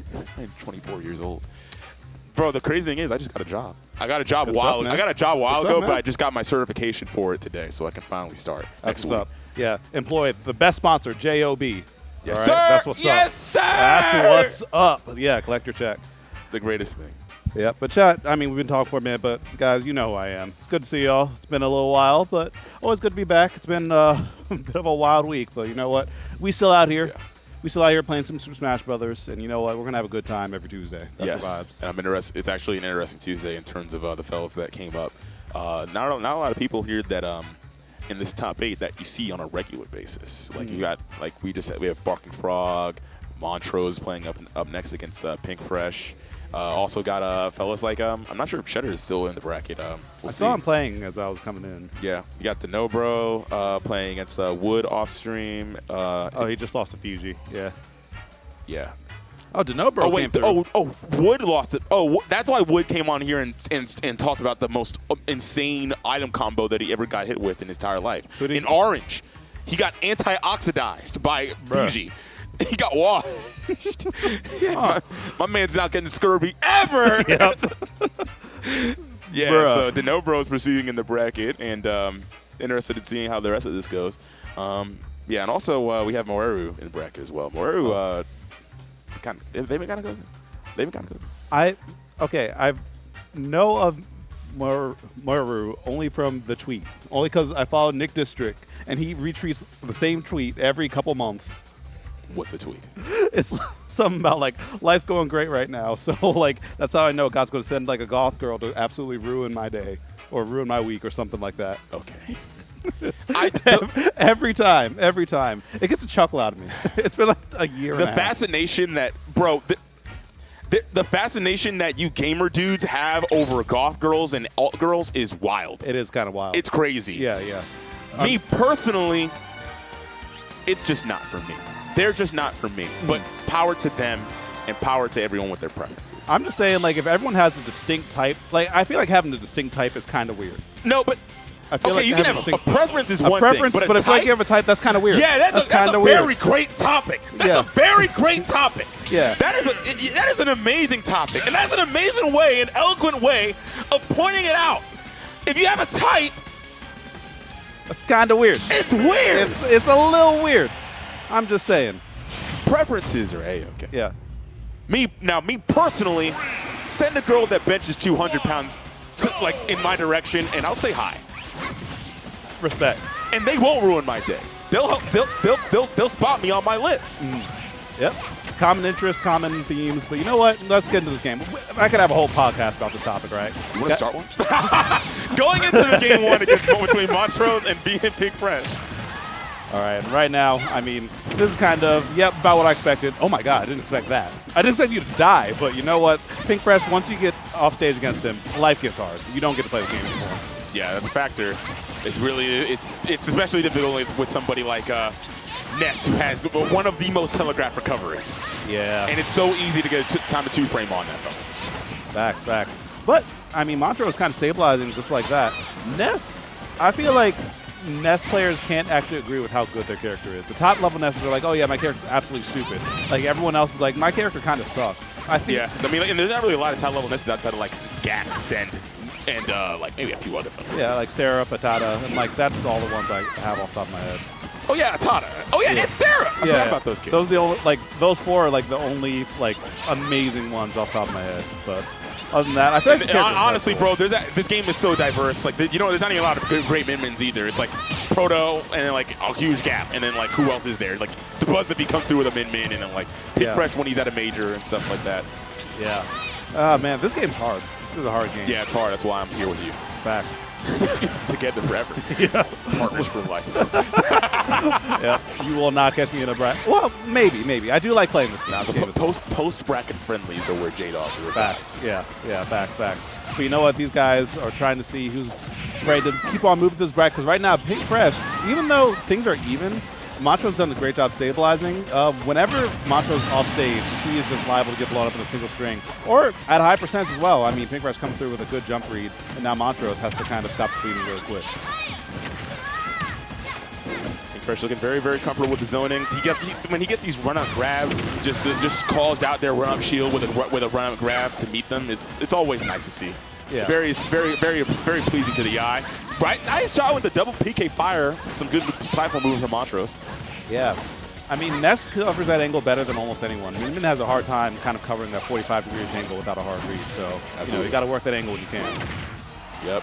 It's a little bit of a follow with that forward. I think it was a forward tilt. Oh, this sucks. Okay. I'm able to neutral get up through it, but how do you get in against this? It's really difficult, especially when these jump callouts from Pink Fresh are so solid. Didn't quite kill with that dragon arm aerial there, but he's getting that point. The classic, the dragon into the megawatt, and then anti-air with the up smash to close it out. Yeah. Good stuff by Montrose. I mean, that GI on that last hit was phenomenal. But the thing is, as I was saying before, you got to work that angle. You got to work that 45 degrees. And when you're behind as Ness, you have to approach from there. You have to kind of, you know, hedge your bets and say, okay, I need to get in there. Up smash covers all of that, like maybe once or twice. So Pink Fresh using that data just to kind of close out that game. You know, interesting that he's wearing a cherry mask because I was talking to Pink Fresh earlier. I actually have my commentary snack with me here. It's a bagel with strawberry jelly and chocolate peanut butter. Sounds and good. he said, oh, it's actually grape jelly. And he said, bro, it gotta be strawberry jelly, bro. It's like, but I said raspberry, strawberry, and he said, bro, they're completely different. They're both what? He says raspberries and strawberries are completely different. Yeah. They're not that different. They are pretty different. What are you saying? They're Come not. on. Speaking of different, we have a whole different character on the True. team for Montrose. Yeah, I mean, hopefully it's going to bring a different flavor into this guy's life because clearly it was a rather bitter taste in his mouth left by that Pink Fresh ledge trapping. What are seeing once again? Bitter like raspberries. You need a strawberry right there. You need a sweet ledge trap or sweet Okay, edge guard. so now you like Pink Fresh. see has. that's how you commentate. You explain, you educate not just the people but also me because I didn't know the difference between the raspberry and strawberry. They're very different. Have you had both before? Bro, no, I don't try them side by side. I just see red and it tastes like red. Oh. What can I say? Marceline had asked. I can't. But speaking of can't, looks like Pink Fresh Got can't him. make it back to the stage. Both Yep. these guys returning the edge guards in kind, it seems. Yeah. Honestly, that's what you have to do. I mean, Bayonetta's bar none, I feel, one of the best edge guards in the game. She's got those. Yeah. One of the few, like, people are like, oh, Bayonetta can't do X, Y, and Z. Like, she can, but she will always have the damage, and she will always have those edge guards. That's just a part of her kit that you can't take away. That's facts. Also can't take away this superior zoning from Minion. That's definitely a factor that Pink Fresh is. Another great call out with the grab. And the Dragon Arm is a factor. So now, you're a kill percent, buddy. Yep. Laser. Goes high to avoid the laser. Yeah. You kind of have to. You really have to right there. Yeah. Honestly, I could see Pink Fresh switching to the, like, Megawatt just a second. Oh, actually, just using the Dragon to snipe above or below the ledge. Yeah, great awareness from Pink Fresh. And also important to keep in mind, who was one of the best Bayonetta players in North America in Smash 4?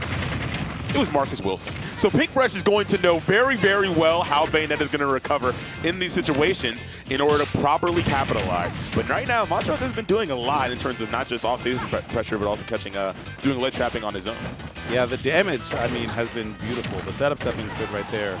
But it's all about how you finish. And sometimes Bayonetta can suffer from that arthritis. This should be close. Oh, So unless- Battlefield moment. Yeah, Battlefield having that big blast zone going to work out very well for Pink Fresh. Yeah. And so now, yeah, looking for which time. This is kind of where you started to fall apart in the last game. You know, you were doing fine, then all of a sudden you just got to a high percent, or you got your opponent to a high percent, you just couldn't close out, and now you're just going to get lapped in extra credit if you don't seal this out pretty Yeah, quick. very difficult in those situations where you're having a really hard time. When they get that percent where the confirm stop working, and it's going to take one clean hit to do it, finally does it with the back air. Yeah. Pink Fresh, I mean, kind of probably surprised they got hit by that right there. I mean, Bayonetta's back air is one of those classic spacing tools. You know she's going to do it. It's just a matter of when. That time, Montrose pulled trigger at the right time, but this is exactly what I was saying. Now the damage is starting to creep up, and this sucks. Yeah. However, only took one hit to 34, taking another hit to 77. Just like that, the game is suddenly looking a lot more even. True, true. If you get a hard read, I mean, the raids tend to do you some favors. But the thing is, getting hard read against Pink is really difficult. Nice drop through with that forward air, getting that stage control back. Oh, that Nice sucks. DIing down and away on that ABK is, I'm pretty sure, the most optimal DI, right? Yep. Like it's the DI that makes Bayonetta's combos generally fake. Just like that fake kill screen, that was not near the blast zone. Facts. I'm surprised they even gave the kill screen right there, but you're definitely dead behind the back with it. Yep, it's gonna work out very well for Pink Fresh. The Bayonetta counter pick was looking nice though. I would not switch off of it. Me personally. But we'll see what Montrose, the Renaissance man, is going to be able to figure out as we go into this next game. Yeah, I think the Bayonetta pick is the move. Because, I mean, Ness was just straight up not it. You just saw how hard that character got bullied once he was behind. You see an instant pick of Battlefield, so the instant pick of Bayonetta. Not really a lot of second guessing, on Montrose's part. I really like this Bayonetta color too. It's interesting. It's like a because the Bayonetta 2 color has blue accents on all of her kicks and punches and stuff, but this is blue with the red accents. But the red accents go with the red guns. It's kind of nice. It kind of is. Bayonetta's nothing but stylish. I mean, she's a lot of things. Stylish is first on that list. Yeah, she's OD. She's one of the coolest characters conceptually. Facts. Do you play Bayonetta 3? Bro, I have not. Okay. I haven't even beaten Bayonetta 2, actually. I never actually got around to beating that game, but I know it was godlike. I was having a great time with it. Fun game. Fun game. I hear Bayonetta 3 is extremely good. It is. It's gameplay, yes. Ah! You got to the end and hated it. I don't know what the ending is, but I heard about it. I'll leave it at that, man. Fellas was tilted. I was a little heated. Oh, just like Montrose might be a little heated. No. Yeah, that's sad. Finding a way to SD with Bayonetta is continually innovating. Yeah. They're continually innovating. It's pretty hard, but the downward ABK at the ledge is one of the few ways to do it, especially if you already burned jump beforehand. And it's kind of showing some signs of cracking as well. You know, not something that you want when you're down 2 games. Oh. 164 and it's still looking very healthy. Yeah. Well, no, bro, Bayonetta's moves, they do mild knockback like she's doing a BMP. Mm-hmm. It is wild that we're at 178 right now, and that's the way the world is. But that arthritis, you know, if you don't get the confirm, you can't get the kill sometimes. This sucks. Yeah, 178, and honestly, I think Pink could survive like maybe 2 or 3 more interactions. You're fine. That is a mild punch. Yeah. The witch twist was a mild punch on that whip. A slap on the wrist even. Yeah. And all your kill moves on the ground, except for like forward tilts, are are like 20 frame moves. I had to think about what forward tilt looked like. I forgot what Bayonetta's forward tilt looked like. You're actually dead. I'm forgetting what Montrose's winner's bracket life looks like. That was a convincing 3-star in under 2 minutes. Yeah, I think after that first SD, Montrose was done. Like, you can kind of see it in his play, especially after the arthritis. Like, he was at like 170, still couldn't get the kill. And I think the last moment where he kind of deflated was that witch twist punish at like 180 something. It's like as Rod would say, Streets is done, man. Like, it was just a wrap. Streets are done. Yeah. Yeah. Streets do be done. Very done. It's like I think Pink Fresh just came in and just like, yo, just tear it all down. Yeah. But now we got ZD, Pink Fresh, winners finals. Who would have thunk it? Who would have thunk? It's a shock. It's a shock. Wow to me. But I do love the consistency, especially like ZD. He just went to a tournament this weekend. And what tournament was it? I want to say Stick Drift 3. It was out in like Southern Virginia. Yeah, a few of our guys went out there. Was it like a regional? Yeah, yeah. It was a solid amount of people. It was like around 200-ish. Pape won regionals are regionals. That's where you get better. Yeah, yeah. Pick those. Facts. Honestly, pick those, and like majors are good, but regionals, pick those. Yeah, yeah. Especially like in terms of not just convenience, but also just relative like people that are. It's just good. Yeah, I mean that one alone. Like you had Wadi, Pape, ZD, Peanut, and like ZD didn't even make top 8 that tournament. Like it was a wild tournament. Yeah, yeah, because he lost early.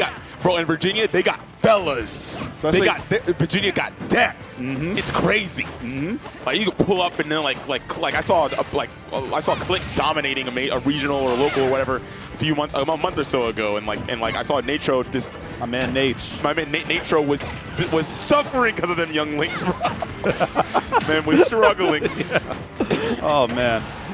But we got our winners finals all queued up. These guys sat down ready to play right off the FD. These guys like to pick FD against each other. Yeah, they do. Always FD in this matchup. It's almost like Pokemon Stadium 2 in Dexter ZD, except it's flat.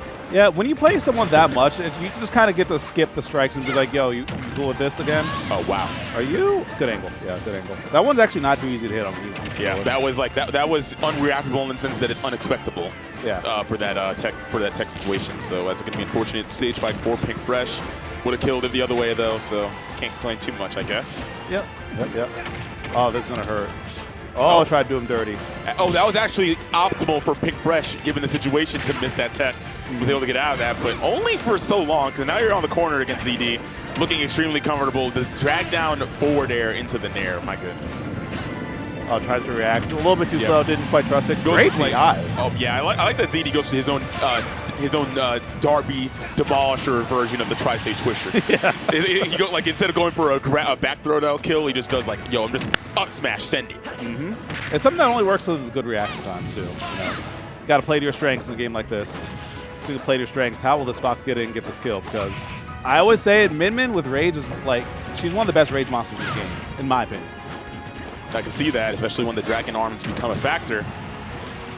with their power up, I mean. And there's a, okay, nice job. Pink Fresh, as usual, using those defensive arms on the way back when recovering in order to alleviate some pressure off stage, but a little bit of an unfortunate situation, mishap in terms of grabbing the wrong way. Yeah, almost like a snapback situation right there. No, I can rant and rave about game controllers and how they suck all day, but you know, snapback is a big reason why. Yeah. I was using the same GameCube controller for 12 years. That's what I'm saying. We're playing this game with 20-year-old technology. All right. Yeah, we have OG. better options. We're like cavemen. Yeah, bro. I was using the same. I was playing Mario Party 7 on my GameCube controller. And that back game in destroyed 2017. your sticks. It destroyed it. Yeah, bro. And I was still 7 years old, being weird and chewing on the wire and stuff like that. And I was taking that to tournaments. Feral. Feral. I was still a wild animal. I wasn't even tamed yet, bro. Raised by the wolves and all that. Yeah, but speaking of Feral, trying to see how this Fox can close things out right here because he's looking hungry for it. But I don't know if Pink Fresh will let it happen easy. As I said before, Min with Rage, and look at that jump read right there. This is going to suck right here. Oh, no, he's going to get shot. He's going to get shot. Unless I thought he was about to down air trade that low key. Low key. Game one. Pink Fresh doesn't really send those, though. True. Especially Min Min. Like, why would Min Min send those? Sheik sends those. Zero Two sends those. But ZD is sending you upward to the blast zone with that nair out smash. Yeah. That's one of those things after the fact, though, like, it'll cross your mind. It's like, man, I should have sent that. But player like Pink Fresh, he's so confident. You know, when you trust that your neutral will pull you through the situation, it's better to not go for those. I would have, because I don't trust my neutral as much. But Pink Fresh, he's got like that. Me personally. Yeah, me personally, I would have down aired an SD probably and lost the game. But And also, you have to also factor ZD. So if ZD gets hit with the down air, it's like, me personally, I wouldn't take that disrespect. I wouldn't take that level of disrespect. So Yeah. at that point, it would probably like you get, all right, cool, I'm frustrated. You don't want to wake the beast. All right, you want to go to FD, right? Yep. Right. Like he's gonna have that. He's gonna play like, and he's gonna play like he really wants to win, which is clearly the type of mindset we're already seeing, trying to be as make it a convincing win in this set if he's able to have it his way. Facts. Yep, but that's not how you want to start it. Already getting bullied around, but it's Fox. You know, one interaction, you'll be just fine. Good air dodge, dang. Very nice pivot grab from Pink Fresh. Bullet. Okay, nice job with the ram. Oh man, another whip again. The same type of situation we saw last time that led to the failure to get the edge guard capitalized. But there, great job with the ram. It's a little bit of a, I don't know if the window's tighter or more forgiving on ram with the down angle for the 2-frame as it is or on Dragon Arm. I'm pretty sure Dragon Arm is also still really good. Pink Fresh usually doesn't miss those. Nice job. But he saved his jump. I didn't think he had a jump either. True. If he didn't have his jump, he was dead there. He was too far away. Yes, he was. And that's saying something because Firefox goes a long way. Yeah. Pink Fresh had the idea, but ZD had a contingency. Dang. Where did he keep that jump, man? Oh, invisible footstool as Yep. well. The meta changer. The meta changer. ZD's moving today. He is moving. Okay. Goes for the down air, but ZD actually giving him a little bit of space to land with it. Kind of showed his hand on that one. You can only do so many of those before somebody like ZD is going to be on your heels with that. Yeah. Okay, they're sitting the wrong way, but still able to convert with the grab. Let's see what the sled trap is. It's death. The answer is death. Goodbye. You win. All right. Pink Fresh still looking very comfortable in this set as we. It's really interesting to see how Pink Fresh is navigating around Fox at 0%. Fox at 0% as Min is a character that you're not really going to combo at all. So, but they're right there, down throw, but gets that forward throw into a tech situation, and then Ram easily covers all of that, or Min in general is even able to call all that. And then suddenly you're at 49%, and then you get a juggle situation, and now you have powered up Dragon with Rage, Fox being so light, and DD not having a jump. Okay. That was some misinput. Yeah. Call down, some misinput, and that's not going to work out for ZD or for Pink Fresh. If he likes the air so much, then hey, go ahead and take a trip upward with that up smash. Oh man, and now Pink Fresh needs to stabilize real quick. Everything's kind of working out for ZD right now. Oh wow, the down tilt was not punished by that up smash. It's pretty fast, but I mean, Fox McCloud has safe buttons for days. And that parry and the punish has to air dodge to try and get back down. But that vortex was wild, but ZD getting scooped up with that megawatt forward smash on his landing with the clean hit as well. I'm gonna be honest, I didn't even see the switch happen. Like, I just kind of was watching Pink Fresh, and suddenly we were in megawatt, and then he was just dead. He is very, very good at switching. Like he kind of disguises it. Normally, you see Min doing like they always crouch and then you see the glow. But he actually does a foxtrot, buffers the switch, and then does the forward smash, making it more ambiguous, which is very great. And when you're dashing to the left, it's even more ambiguous. Yes, too. true, because, exactly, because it's on his right arm, which is away from the screen. That is ridiculous. Sleight of hand. Yeah. Sleight of hand. That's some tricky stuff. Yeah. Some tricky stuff. Now you see me. And now you don't. I never even thought about that until that particular juncture we were just talking about it. Yeah, because I was like, you're right on the buffer. I was like, I didn't even see the flash. Why didn't see the flash? It's like, oh, because her body blocked it. Yeah, that's It's ridiculous. basically, that's actually OD. It's low-key grinding. I love it.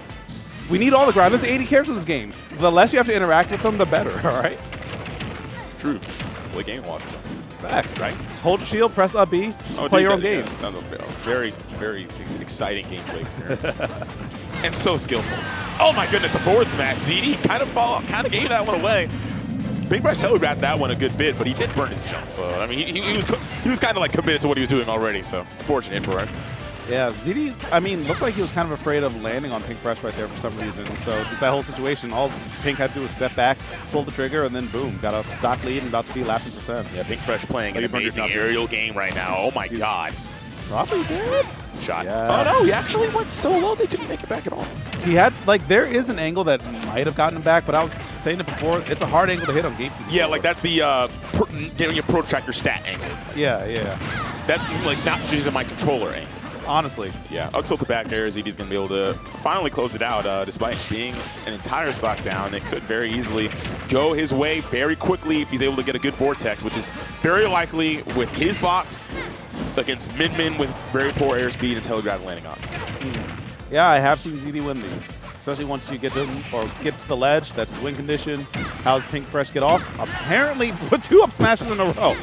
Do not touch him. Yeah, that was calling out the second aggressive landing from ZD. Really great idea from Pink Fresh. Another shot with the megawatt just lets it rip. And ZD still staying composed. And so is Pink Fresh. Just like, okay, next game. We'll just keep, like, every game, just get the kinks out of your wrist. Like that idea. That's the old man stretch. I do that same thing. Game control is so bad on your hands. Yeah, I mean, when you've been an esports athlete for the better part of 10 before they called it esports. 10 years. Yeah, like yeah, bro. Like he was gaming, bro. I'm a professional gamer. I'm not esports. I'm a professional gamer. It's different. Yeah. Yeah. So See me on MLG. MLG, bro. Final boss. Yeah. Halo. That joint is crazy, bro. That really does go way back. I was just thinking about the advent of DLC. We got people complaining about DLC and fighting games, stuff like that, but really, like, back in the day, like, it was the only DLC was like Halo map packs, Call of Duty map packs. Or like whenever Capcom released another version of Street Fighter. Yep. That was your DLC. Yeah, exactly. Yeah, that exploitative practice. Shout out to Ashura's Wrath. Remember you had to pay for the ending in that game? Oh, bro. But it was so goated regardless. Go to game, yeah, but still, Capcom. I'm glad you got it together. Yeah, they got their act together in a major way. All right, speaking of getting your act together, can ZD get his act together to kind of get this game back? And right now, I mean, it's looking pretty good, but as said, little Rage, bit of a near miss. Yeah, good, yeah. I like how ZD didn't hesitate to pull the trigger on that as soon as you landed in that zone, recognize the second arm was out, just throw that out there. Yeah, absolutely. Great jump call-outs from Pink Fresh. He's actually been making great use of those throughout the set. It's really interesting that these two... wow, that was the 2D snipe. That my man had he had a beam on that one. With the flick of the wrist, even. A little bit of... Yeah, seriously. That was the... Yeah, that's what he's been moving his wrist around in real life for. Oh, covering that, landing with the Give that little hinge. Oh, God! Nice. I want the forwards, man. Nice job. Getting those capitalizations on those drag and forward airs has definitely been a really strong hallmark of ZD's gameplay. It's more prevalently throughout the past several months. It's a good option. I mean, from that situation, we'll cover tech away, neutral tech, and no tech. You can only really just tech Bro, in. this guy in forward air is ZD's best move. What is this? He's making so much good use of it. All right, off the situation, gets a sweet spot, but not enough. But the megawatt, nice switch up from Pink Fresh. Again, the very quick switches like we were talking about. You can never quite anticipate which arm he'll have just because he's so quick at doing that.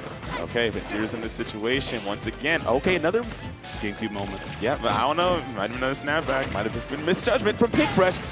No capitalization with smash off that nair, but definitely getting it on the landing. Pink Fresh tried to kind of do the little mix-up, which is very, very prevalent. Something people don't talk about a lot. Something that people will do a lot of the times when they land is they'll drift one way and then try to cross up, drift back. That's exactly what Pink Rush tried to do, but Min Min having very, very inferior air drift made it a lot easier for ZD to catch that and catch it with a very, very well-placed up smash. Yeah, Fox could just stand there and wait and react to that landing. Once the air dodge is out, you know, you're going to be in lag. It's just more of a matter of where, and then once you get that, GG. We got ourselves a game number 5. Expecting nothing less from these guys, though. All right, both these guys seem so serious right now. Like, really. You saw ZD, like, his reaction losing that second stock on that last game, and Pink Fresh keeping his composure as well as we go into this game 5 final game of the set. It's really interesting these guys both agree to this dichotomy of going to FD. And just like ZD resigns himself to playing against Min Min on her best stage. And Pink Fresh resigns himself to having to not get juggled by Fox, but at the same time having to call out all of his aerial approaches effectively in order to really make the most out of these defensive options that can go well in his favor. Yeah, something that only happens when players play like so many times over the years. They probably talk about it. They probably just like, hey, you know what? Let's just do FD now. Screw it. Oh, it's a big conversion off that. So as we jump though. Okay, a little bit. Not quite enough to be able to catch him in that position based on the where he started up that Firefox. Yeah, good parry. ZD just trying to keep the pressure going, but yeah, the defense from Pink Fresh has been amazing so far. Yeah, absolutely. Great. Wow, the parry. Wow. All right. You don't really see Min Min aerials get parried like that. Yeah, true. There's just so many like ranges and angles, and like you have to pretty much hard read because you can't just react to the sound cue as you see. All right, Min Min arms are definitely working out very well for Pink Fresh, very narrowly getting the timing correct. ZD mixing up the angle. Now that was a great up smash. That's just very, very strong. Like you got it. That's a hard commit on that one. So Pink Fresh showing like he's been hitting him. Like he's hit most of his up smashes against ZD. So that's just very strong game sense from him. Wow, Min Min's recovery sucks. Yeah, it does. Oh man. It's well documented as we saw just now. Another exhibit Y. That's like we've gone through the alphabet already like 5 times. Yeah, I don't think you could have made it back, like, even if you burned your air dodge. Like, that was just, yeah, sad days. Okay, it's going to be a bit of damage there. DIing up to avoid the tech chase. Oh, wow, the fall behind. Caught him a little bit too late. Already found his way back to the ground. ZD's going to capitalize with a good amount of damage off of that one. Maybe that's the thing that ZD... Oh, nice mix-up on the landing right there. I mentioned that ZD does it, like, Pink Fresh, you can only do that so many times against ZD, but he has not done that, like, since game 1. Yep. Oh, a little bit. He actually got a little bit greedy there with a charge on that one. And the megawatt forwarder actually kills from that far away. Even ZD was surprised right there. It was like, wait, actually died? Yeah, like anybody would be surprised by that. Good grief. I mean, I know it's strong, but I think there might have just been a little bit of suboptimal DI. I mean, Fox is like too, but good grief. Yeah, I think he was holding him. Oh my God! No, wait, really? No. You're not dead yet. Does he actually hit this time? No, he doesn't, and he holds stage control. He has to close it out here. Morton ZD is able to get away with this.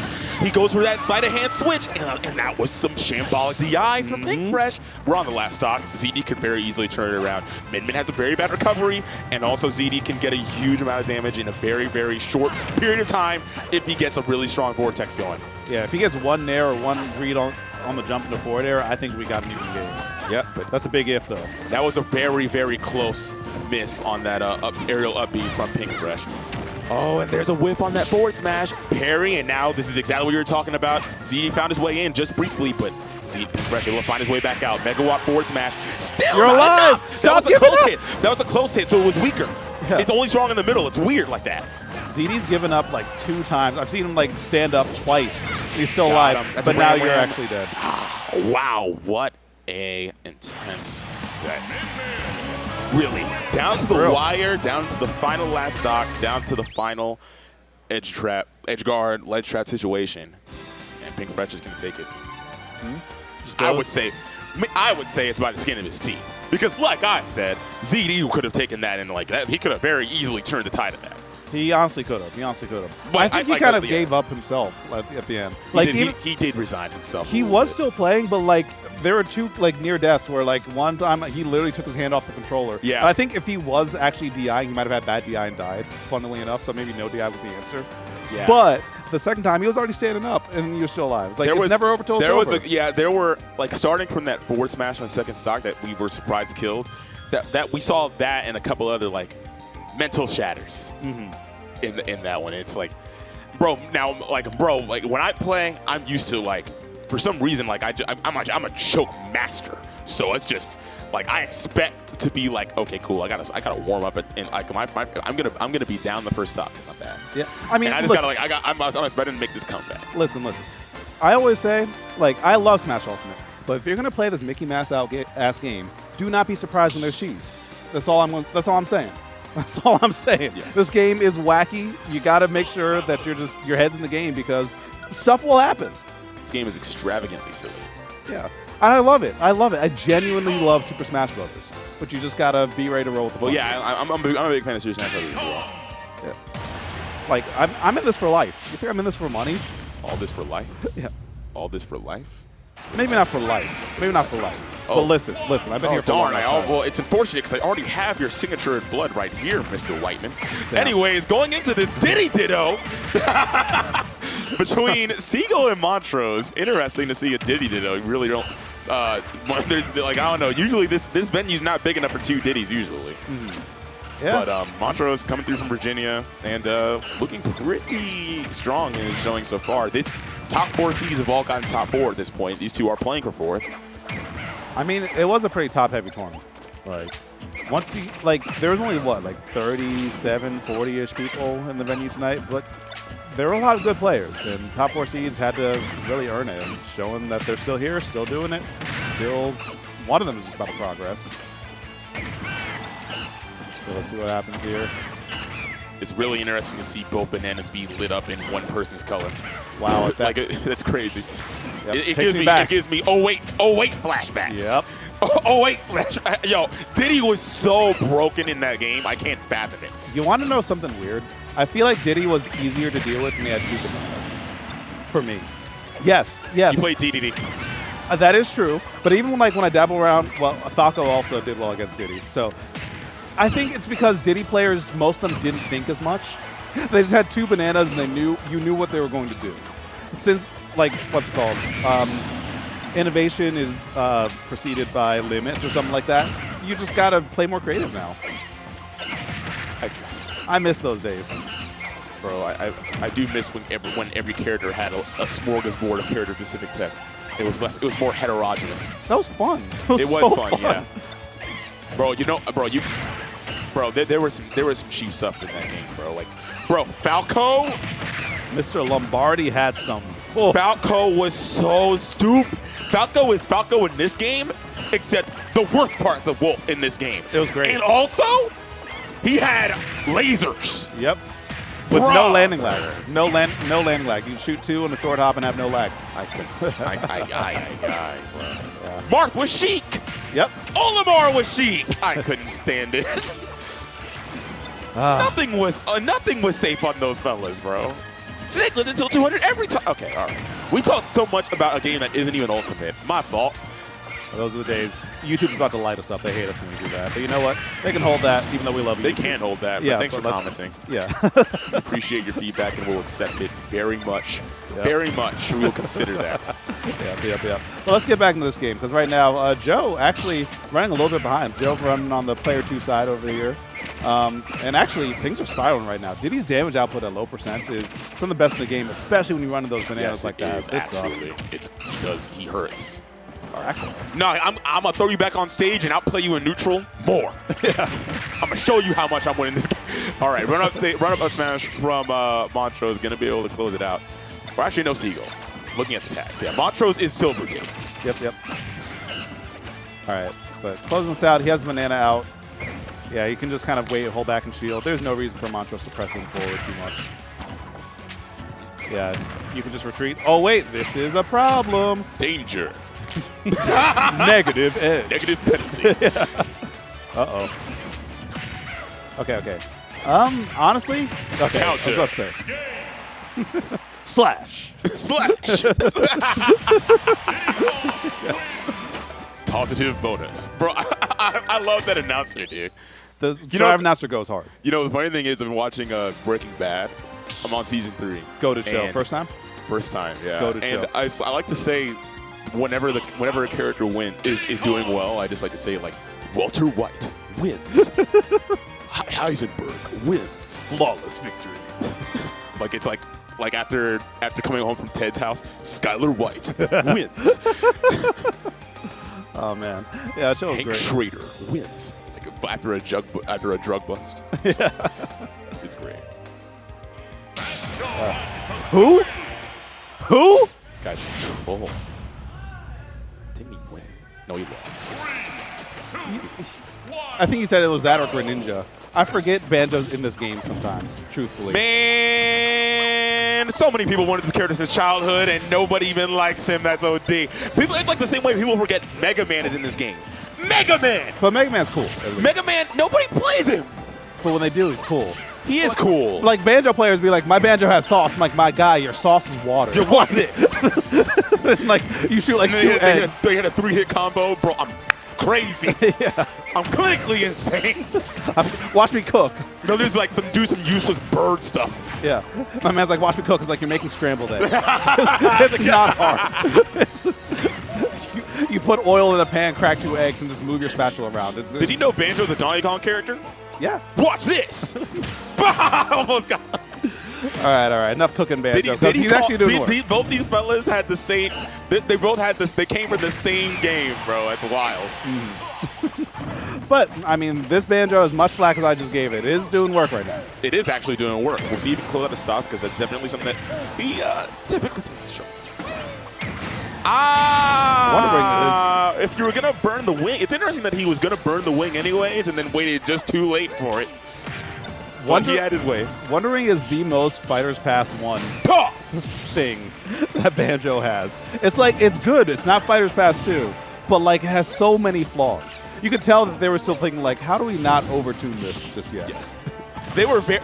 I can't believe they did so well on game balance for the most part, except for like pre-patch Joker and like Terry.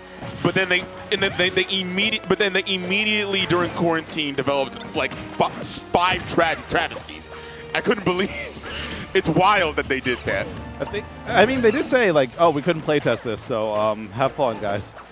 I said that for a few characters. Bro, I think it doesn't take a genius to playtest Kazuya Mishima, but at the same time, he's him, so yeah, I'll is that take guy. that. Yeah, right now, Banjo is not kind of looking like that guy in the hands of Seagull because he's actually doing pretty well with his counter pick. Wonder Wings threw that banana, which is going to work out for him. Throw me a pass!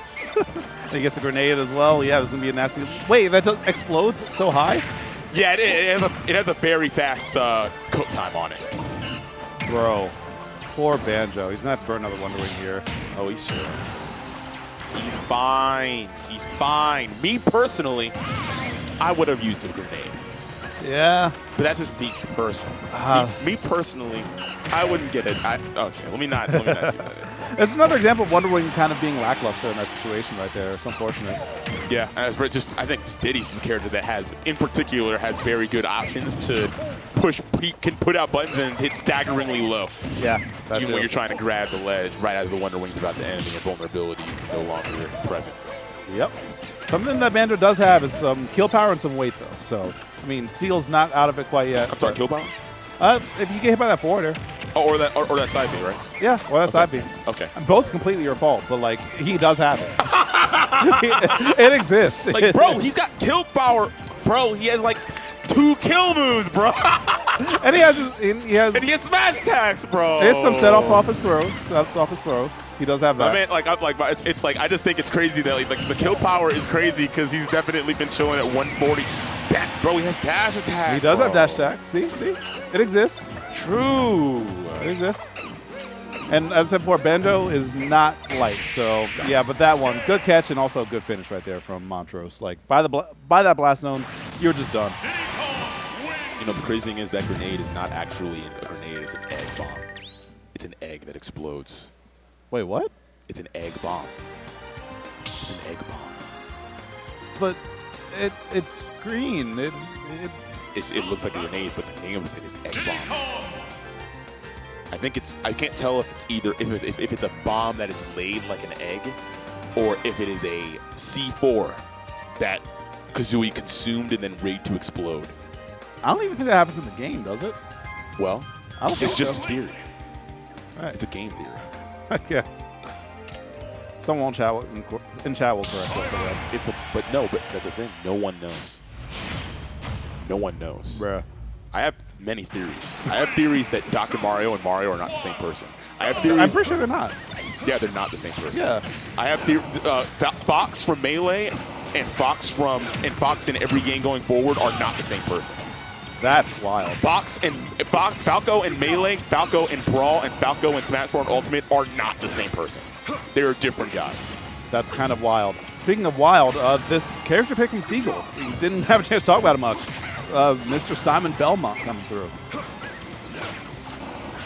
Don't question my theories. Oh my goodness, don't question the anti-air capabilities of Seagull Joe. Got him! Nice. Take this!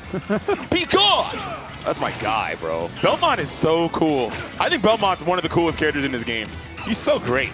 What a guy. Honestly. What a man. Like, seriously, he's so dope. Just a normal dude who's just good at what he does. He's very, very talented in his career field. Everybody in his family has been good at this, bro. It's just part of the trade. Family business. I kind of like this pick from Toss! Nice. Oh my god, that pivot grab was OD. I kind of like this pick from Seagull as well because he's been doing good at keeping him out, but like while he's keeping Montrose out, he's not really getting anything off of it. Belmont will just kind of get stuff on accident in those situations. So, yeah. You know, if you're already playing a certain strength, just pick your character to match that, and then boom, you have yourself a perfect recipe. Seagull going 2 tiers down in order to not play the mirror match is funny, but is clearly looking proficient. The Belmont and even the Banjo, despite the difficulties that the Banjo is having, it was competent. Yeah. Wow, and Diddy's up smash does not work. Sheesh. Also, what sociopath loves the mirror though? Stop. I don't blame Joe for switching. Especially when you play that many characters, I mean, you might as well put some to work. Yeah, and this in one's general, working. a lot of mirror matches are very unfun in this game. Yeah. Down tilt forward air is actually finally going to do it. The thing about mirror matches, especially ones with like lopsidedly designed characters, I always say that they're like 60-80 in terms of like matches. Yeah, I remember when in Smash 4, Cloud, I said Cloud lose the mirror 60-40. Yeah. Legit. I always said that shit. I always said that. Well, now there's empirical evidence. I mean, why do that video? Why that do I put bad out? things happen to good people? Yeah, watch that Cloud video. Watch that Cloud video. I actually haven't peeped it yet, but I should. I should. It is hilarious. It's Speaking of hilarious, oh my goodness, that edge guard was almost like, bro, like Seagull almost went out hilariously. yeah. I mean, Belmont's recovery is not great, so you got to keep those feet planted. Yeah, far from it. Nice. Put a bit of extra charge on that, but Belmont has enough stuff in his pocket, so able to weather that one out. Good drop zone He's the forward dude air. weight. Yeah, I think he's They alive. made it. I can't He's believe alive. it. He was at just the right angle to be able to make it. Yeah, I thought it was done right there. Yeah, same. Oh, interruption. All right. Cross working out brilliantly for Seagull, but there's a down tilt to up smash, and that 3-1 stock lead is just now tied up. And Montrose is looking very, very comfortable. This is going to be quick damage, yep. Damage. Yep. It's a Diddy moment. It's a Diddy moment. Yeah, as soon as I saw Banana on the platform, I saw him like set with that up air. I'm like, you're eating some damage there. Yeah, it's very tough times. Oh my goodness, the banana to the immediate sweet spot. Forward smash. The banana, just Diddy's so short. It kind of carries him in a lot of situations, man. Oh. And actually, this got it just to be an even game just like that. True. Seagull Joe is making great use of his whip normals here. Oh, wow. Belmont grab, not quite able to connect. Nice. All right, the first Finally. time this game that he's done up B out of shield. Very strong option. Yeah. Oh, got to watch out for that cross. Yeah. Get some breathing room back. Good roll. You might be able to. Oh, your DI got mixed. That was so smart. Your DI got mixed to hell. He put himself in a vortex. Yeah. Air dodge. Because you can't DI. You have to DI in to survive the back throw. Down throw and back throw are both unreactable there. So, like, if you get the down throw, now you get yourself into a 50-50 after that, and it actually ends up being an 80-20 because, like, you have to directional air dodge there in a stupid way to survive that situation. Yes. So that was just good awareness right there from Montrose. That was some quality play. So that's going to work out very solidly for Montrose, taking down 3 of Montrose, of Seagull's characters, and now he's going to be in the losers finals playing against Pink Fresh. Oh. Oh, wow.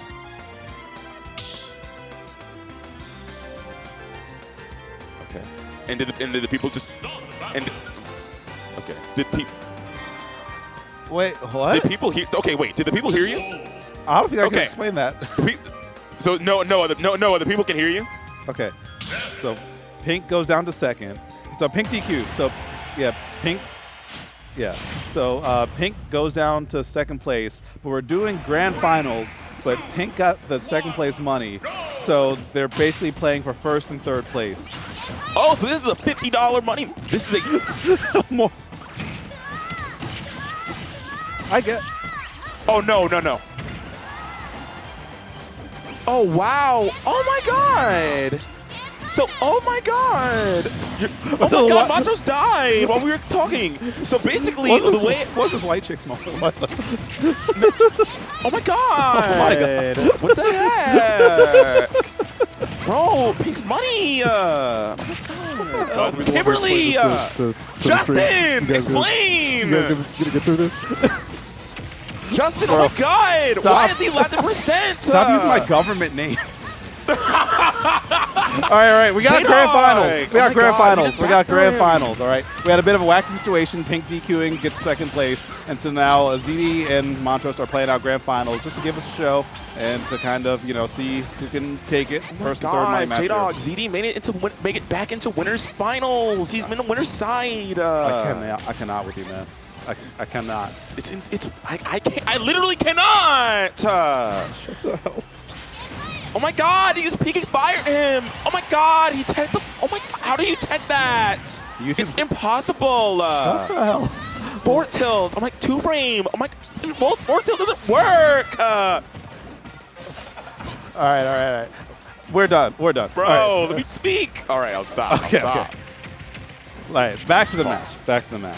Because Montrose is kind of getting lit up right now. ZD starting off with the wolf. Yeah, I mean, I'm not doing. I promise I'll stop. All right. I promise I'll stop. Your mic privilege is on thin ice, sir. Thin ice? My mic privileges? Thin ice. Oh! All right. So at 154%, and pretty much anything Wolf does will kill around there, except that dash attack apparently. F-tilt's going to do it. And now Montrose kind of put in an awkward position both in and out of bracket right now because in bracket, you're kind of just getting juggled to death and back. This Ness might not be the move for today. But, it's never over till it's over. I've seen him make comebacks, but against ZD, that's going to be a tall order. The crazy thing is, if ZD wins this, it's literally a Mickey win. Yep. He's going to be walking into the clubhouse of Mickey Mouse. Yeah. So, yeah, it's been explained. Sorry for the whole gimmick and accent thing.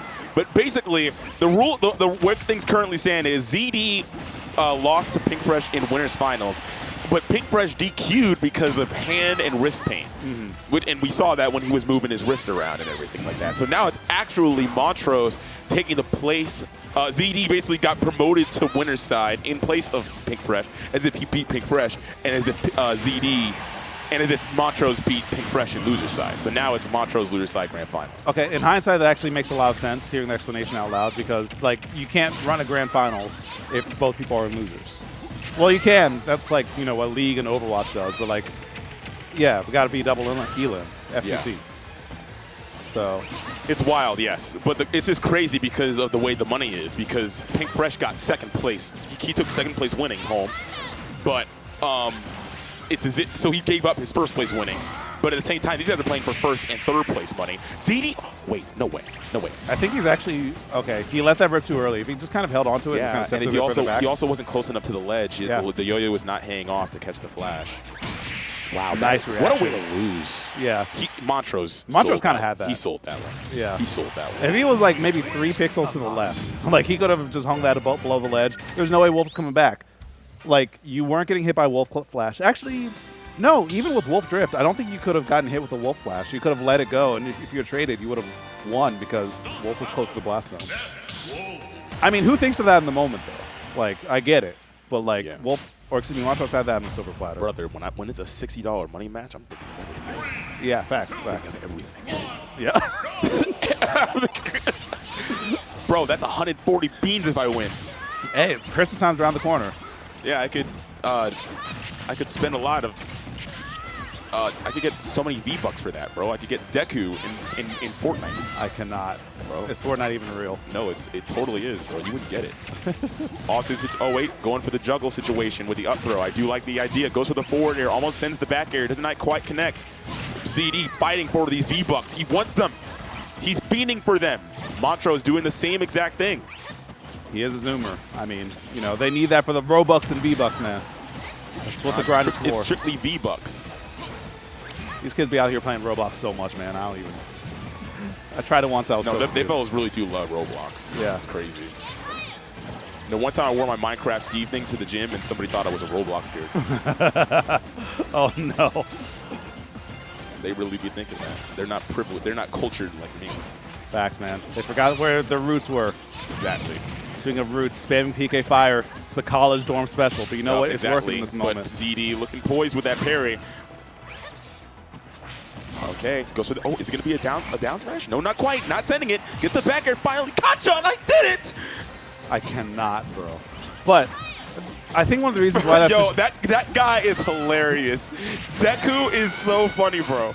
I saw that joint of like people in Smash reveals thinking that it's somebody else. Yeah, like yeah. For example, like that guy. There's that guy that said that when Sora's Keyblade showed up, and it's like, no way they put Mickey Mouse in the game. I saw that as a quote retweet over the image of Deku in Fortnite. That is hilarious, bro.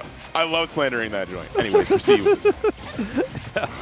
But I was about to say that ZD looked kind of flustered after losing that stock right there because he overextended and he got tagged by a back air after like being at the ledge against Ness, which is the thing that you cannot do. If Ness goes to the ledge, you do not chase him. There's no reason to do that unless you know that something you're about to do is safe on shield. Down there from Montrose, kind of wild, stomping the yard on him, but ZD really been opting for a lot of juggles, which makes sense because it's Ness having a very floaty airspeed or ball speed, which makes it bro, ZD, I need you to stop throwing your hands up after every hit. Sometimes you lose neutral, my guy. Please. Yeah. I'm sorry, bro. You can tell how unserious I am right now. I mean, like that is part of the game, though. Like, things are gonna happen. Stuff is gonna happen in the game. You can't let it get to you. Nah, bro. Like, my man is losing neutral one time. Like, sometimes life is difficult. Go back, bro. Yeah, that was just a good confirm right there. I'm running a bet. Like, $5 says he does it 4 times more. Oh, that's like saying like the sky is blue. Bro, there's only one stock left. Okay. Shake. Yeah, all right. Nah. Yeah, I don't bet. True, I was trolling, by the way. Ever since that one time in Vegas, I do not bet. I was trolling, by the way. I'm not gambling. All right. Let's see how we can land right here, though. Good pair right there from Montrose. I think Montrose is starting to like find little things here and there, but I think he just kind of is a slow starter. Like, when the game first starts, he's kind of like lagging behind a bit, but after that, yeah, I think that definitely is. I would see that based on what we saw in Game 1, almost coming alive in the end. Or coming alive, but not able to quite seal the deal on that game. Put a punctuation point on that joint. ZD getting a lot of small hits, just that have led to a huge percent lead, 140%. And despite all the mild inconveniences that game, he's looking extremely poised to take this based on that gameplay that he was exhibiting. The gameplay and the score at that, too. Already up 2-0. Trying to close this out and just say, hey, I got first. I'm taking this home. See ya. I would really, I really hope that Pig Fresh feels better with his wrist and everything, because I was really excited to see a run back between ZD and Grants. But we'll have to take this for what it is and just enjoy the opportunity to see Montrose up against ZD, because Montrose definitely did look. He has no jump here. That was a jump. I saw it. Yeah. Oh, he saved him, I think. Oh, this is. Oh. All that, it looked like you were getting your ass whooped, but you got like 3% off that. Like the single hit of Ness Yo-Yo does like 1. Yeah, it's like the Banjo cookage. Like, bro, I'm getting cooked. Yeah. And it's like, and he's like, and I got hit by 7 eggs for 10%. Yeah, bro. Oh, that poor character. Let me go. Release me. But now you're also on the ledge. Yeah, drag that drift out. Yep. 1. Yeah. I'm keeping count. Bro, okay, so now he's at a stock. We're at a stock lead on Montrose. Who's bringing it back? I will be counting. I'm thinking he's gonna have 5 like hand raises. All right. Well, all right. I'm 5. thinking 5. I'll go liberal with it. I'll go 7. Okay. 7. Gotcha. So we already have 1. Let's see. No jump here. He has to keep his hands on the controller this time because he's. Okay, he's got to keep his hands on the controller off stage, so he's not gonna let it go that time. Yeah. No way. Okay. There we go. 2. 2. Okay. Okay. Oh, 4 there. 3. I told you. Okay. We got 2 more this game. We got 2 more. Oh. You got hold. hold. Oh, wait. Good string. Okay, yeah, that definitely was an OD string. Keeping it going, catching the air dodge. Again, Ness floating. So he's able to take advantage of that and catching his landings. Oh, Nice. all hands on deck. Back. ZD is poised. Again, poised. SAT word of the day means ready. Ready to take this joint to the final countdown on this last stock. All right, trying to work his way in slow. Yes, indeed. I like the patience. Great gets a grab. grab. Right there. All right, Montrose got to find his way down. Does get to the platform. 4. I'm telling you, 5. 5 this game. All right, we'll see. You had 7, right? I got 7, yes. All right. Some crazy stuff's got to happen for it to get to 7. I think, honestly, Oh, he was on my laser? Okay, up tilted me? Okay, no, hands are on the controller. He's focused. Oh, 5. Let's go. 5. I know my players, man. I Big know the plays. players out here. J-Hawk I is know out the here. players out here, man. Nostradamus, bro. The Nostradamus reads. Crazy, bro. I'm so hyped. Now I get to watch more. Now we get to watch more. My mind was telling me the last time is going to be like when he gets killed by some jump. I knew it. On the bro, a forward smash to meet him on Wolf Flash is crazy. OD play by Montrose, by the way. Yeah, exactly, We're talking about exactly, ZD, but like that was an OD play by Montrose, but can't let it get to you. All right, what are we thinking this I think game? honestly, I think it's a show of respect because it's just like if it's like everybody stand up to your feet and applaud this man that has outplayed you. That's what he's doing when he raises his hand. All right, so how many are you thinking this game? I'm thinking 3 actually. 3, yeah. I was actually going to go lower for this one. Yeah. So I think ZD is a little mad. 1. Oh, we already have 1. Never mind. 6. You're saying I 6? go high. Okay. I'm go sticking high every with 3. time. I'm sticking with 3. When he's getting ledge trapped, he never does it. Yeah, Will he get it this can't. time? Oh, He doesn't trust wow. it. Montrose actually has been failing on all of those every time. It's actually sad to see. Not every time, but He's getting the little hits, but like he's not humming. trusting Oh it. my god. Good recovery right there. There we go. Gets back. Yo, be careful. All right, catching the jump. ZD playing defensively. Oh, there we go. 2. You're That still was alive. a really high one as well, by the way. Yeah. Okay, no, that That didn't was count. that That was was it, a that was it. head. That was a head scratch. Someone in the chat said 4. Someone said chat said 4. I still got 3. Chat said I'm picking 4. Yeah. Sound off with how many hand raises you think you Yeah, exactly. We've got this 2 time. so far. 2 Yeah. so far. Good grab right there. That actually might get the KO. Not quite. Nah, it's a small battlefield blast zones. Yeah. Pretty big.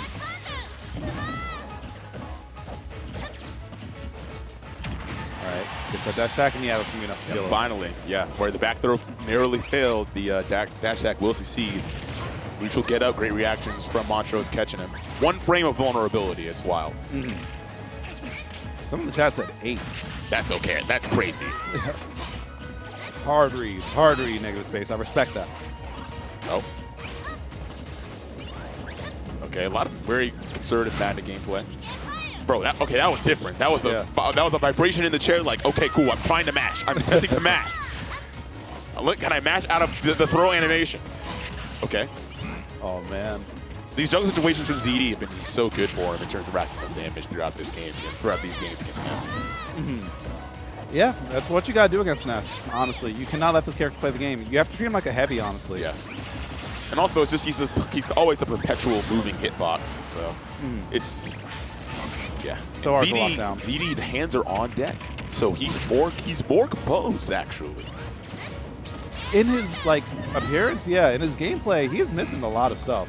Almost gets Like that back air right there. Oh, 2 hands. 2 hands. Does that count for 2? Or I'll count that for 3. You count? I'll count that for 3. I'll allow it. What are these Calvin Ball ass rules, man? Okay. Gets that 4 tilt. Do you want to count that for 4? You know what? For fairness sakes, I'll count it as 4 because it was 2 hands. Okay, sure. Yeah. So for each individual hand, not just the right hand. Yeah. Okay, so 4. All right, so we're at 4 right now. Oh. And tries to end it all with that down smash. Zeddy That definitely would end it all. Yeah. He wants to get out of here. He wants to make sure he does not have any more interactions. We're going to go out here? No. Blast stock. It's not worth it. Yeah, it's very precarious to go off stage against Ness like that. All right, off the situation. Montrose staring death in the face. No, up tilt almost going to kill. Not quite, though. Yeah, you're good for now, but Oh! yeah, even everyone knew. Everyone shook their head on that one because like the idea was right. The idea It was a nice idea. It was a nice attempt. Because like that would have pressed the shield, you would have been at a great angle, but you just overshot it a little bit. Yeah. Zeddy, that reaction time was OD. Able to just sneak that up smash in there, get up, and get out with a 3-1 victory, taking home Xanadu number 484. Yeah, and Pink Fresh in spirit getting second place. In practice, getting third place with second place money. So good stuff to him, and good stuff to Montrose with a good showing today as well. And shout out to everybody else that came through today. Seagull and fourth, fellows like Barky Frog and Moeru coming through in a major way, which is nice to see. Yep. Someone or Mage King said, "I guessed 4. What do I win?" I said win. 4. What do I win? How do I gift a sub? You're gonna get them a sub? Oh, it's more expensive on mobile. It's more expensive on mobile? Yes. You have It's to $5.99? Yeah, it's $5.99 on mobile. I have a job. True. I have a job. I'm committed to the bit, man. I have a job. All right. All right, cool. Well, enjoy your free sub, Mage King. Yeah. And thank you very much for everybody enjoying. I hope you guys enjoyed this another Tuesday with us. Yep. So yeah, Always a fun week. Follow J-Dog immediately now. And where can they follow you, my friend? Gresh Gang. So yeah, have a good night, guys. Take care of yourselves and make good decisions. Keep playing Smash. Have a good one.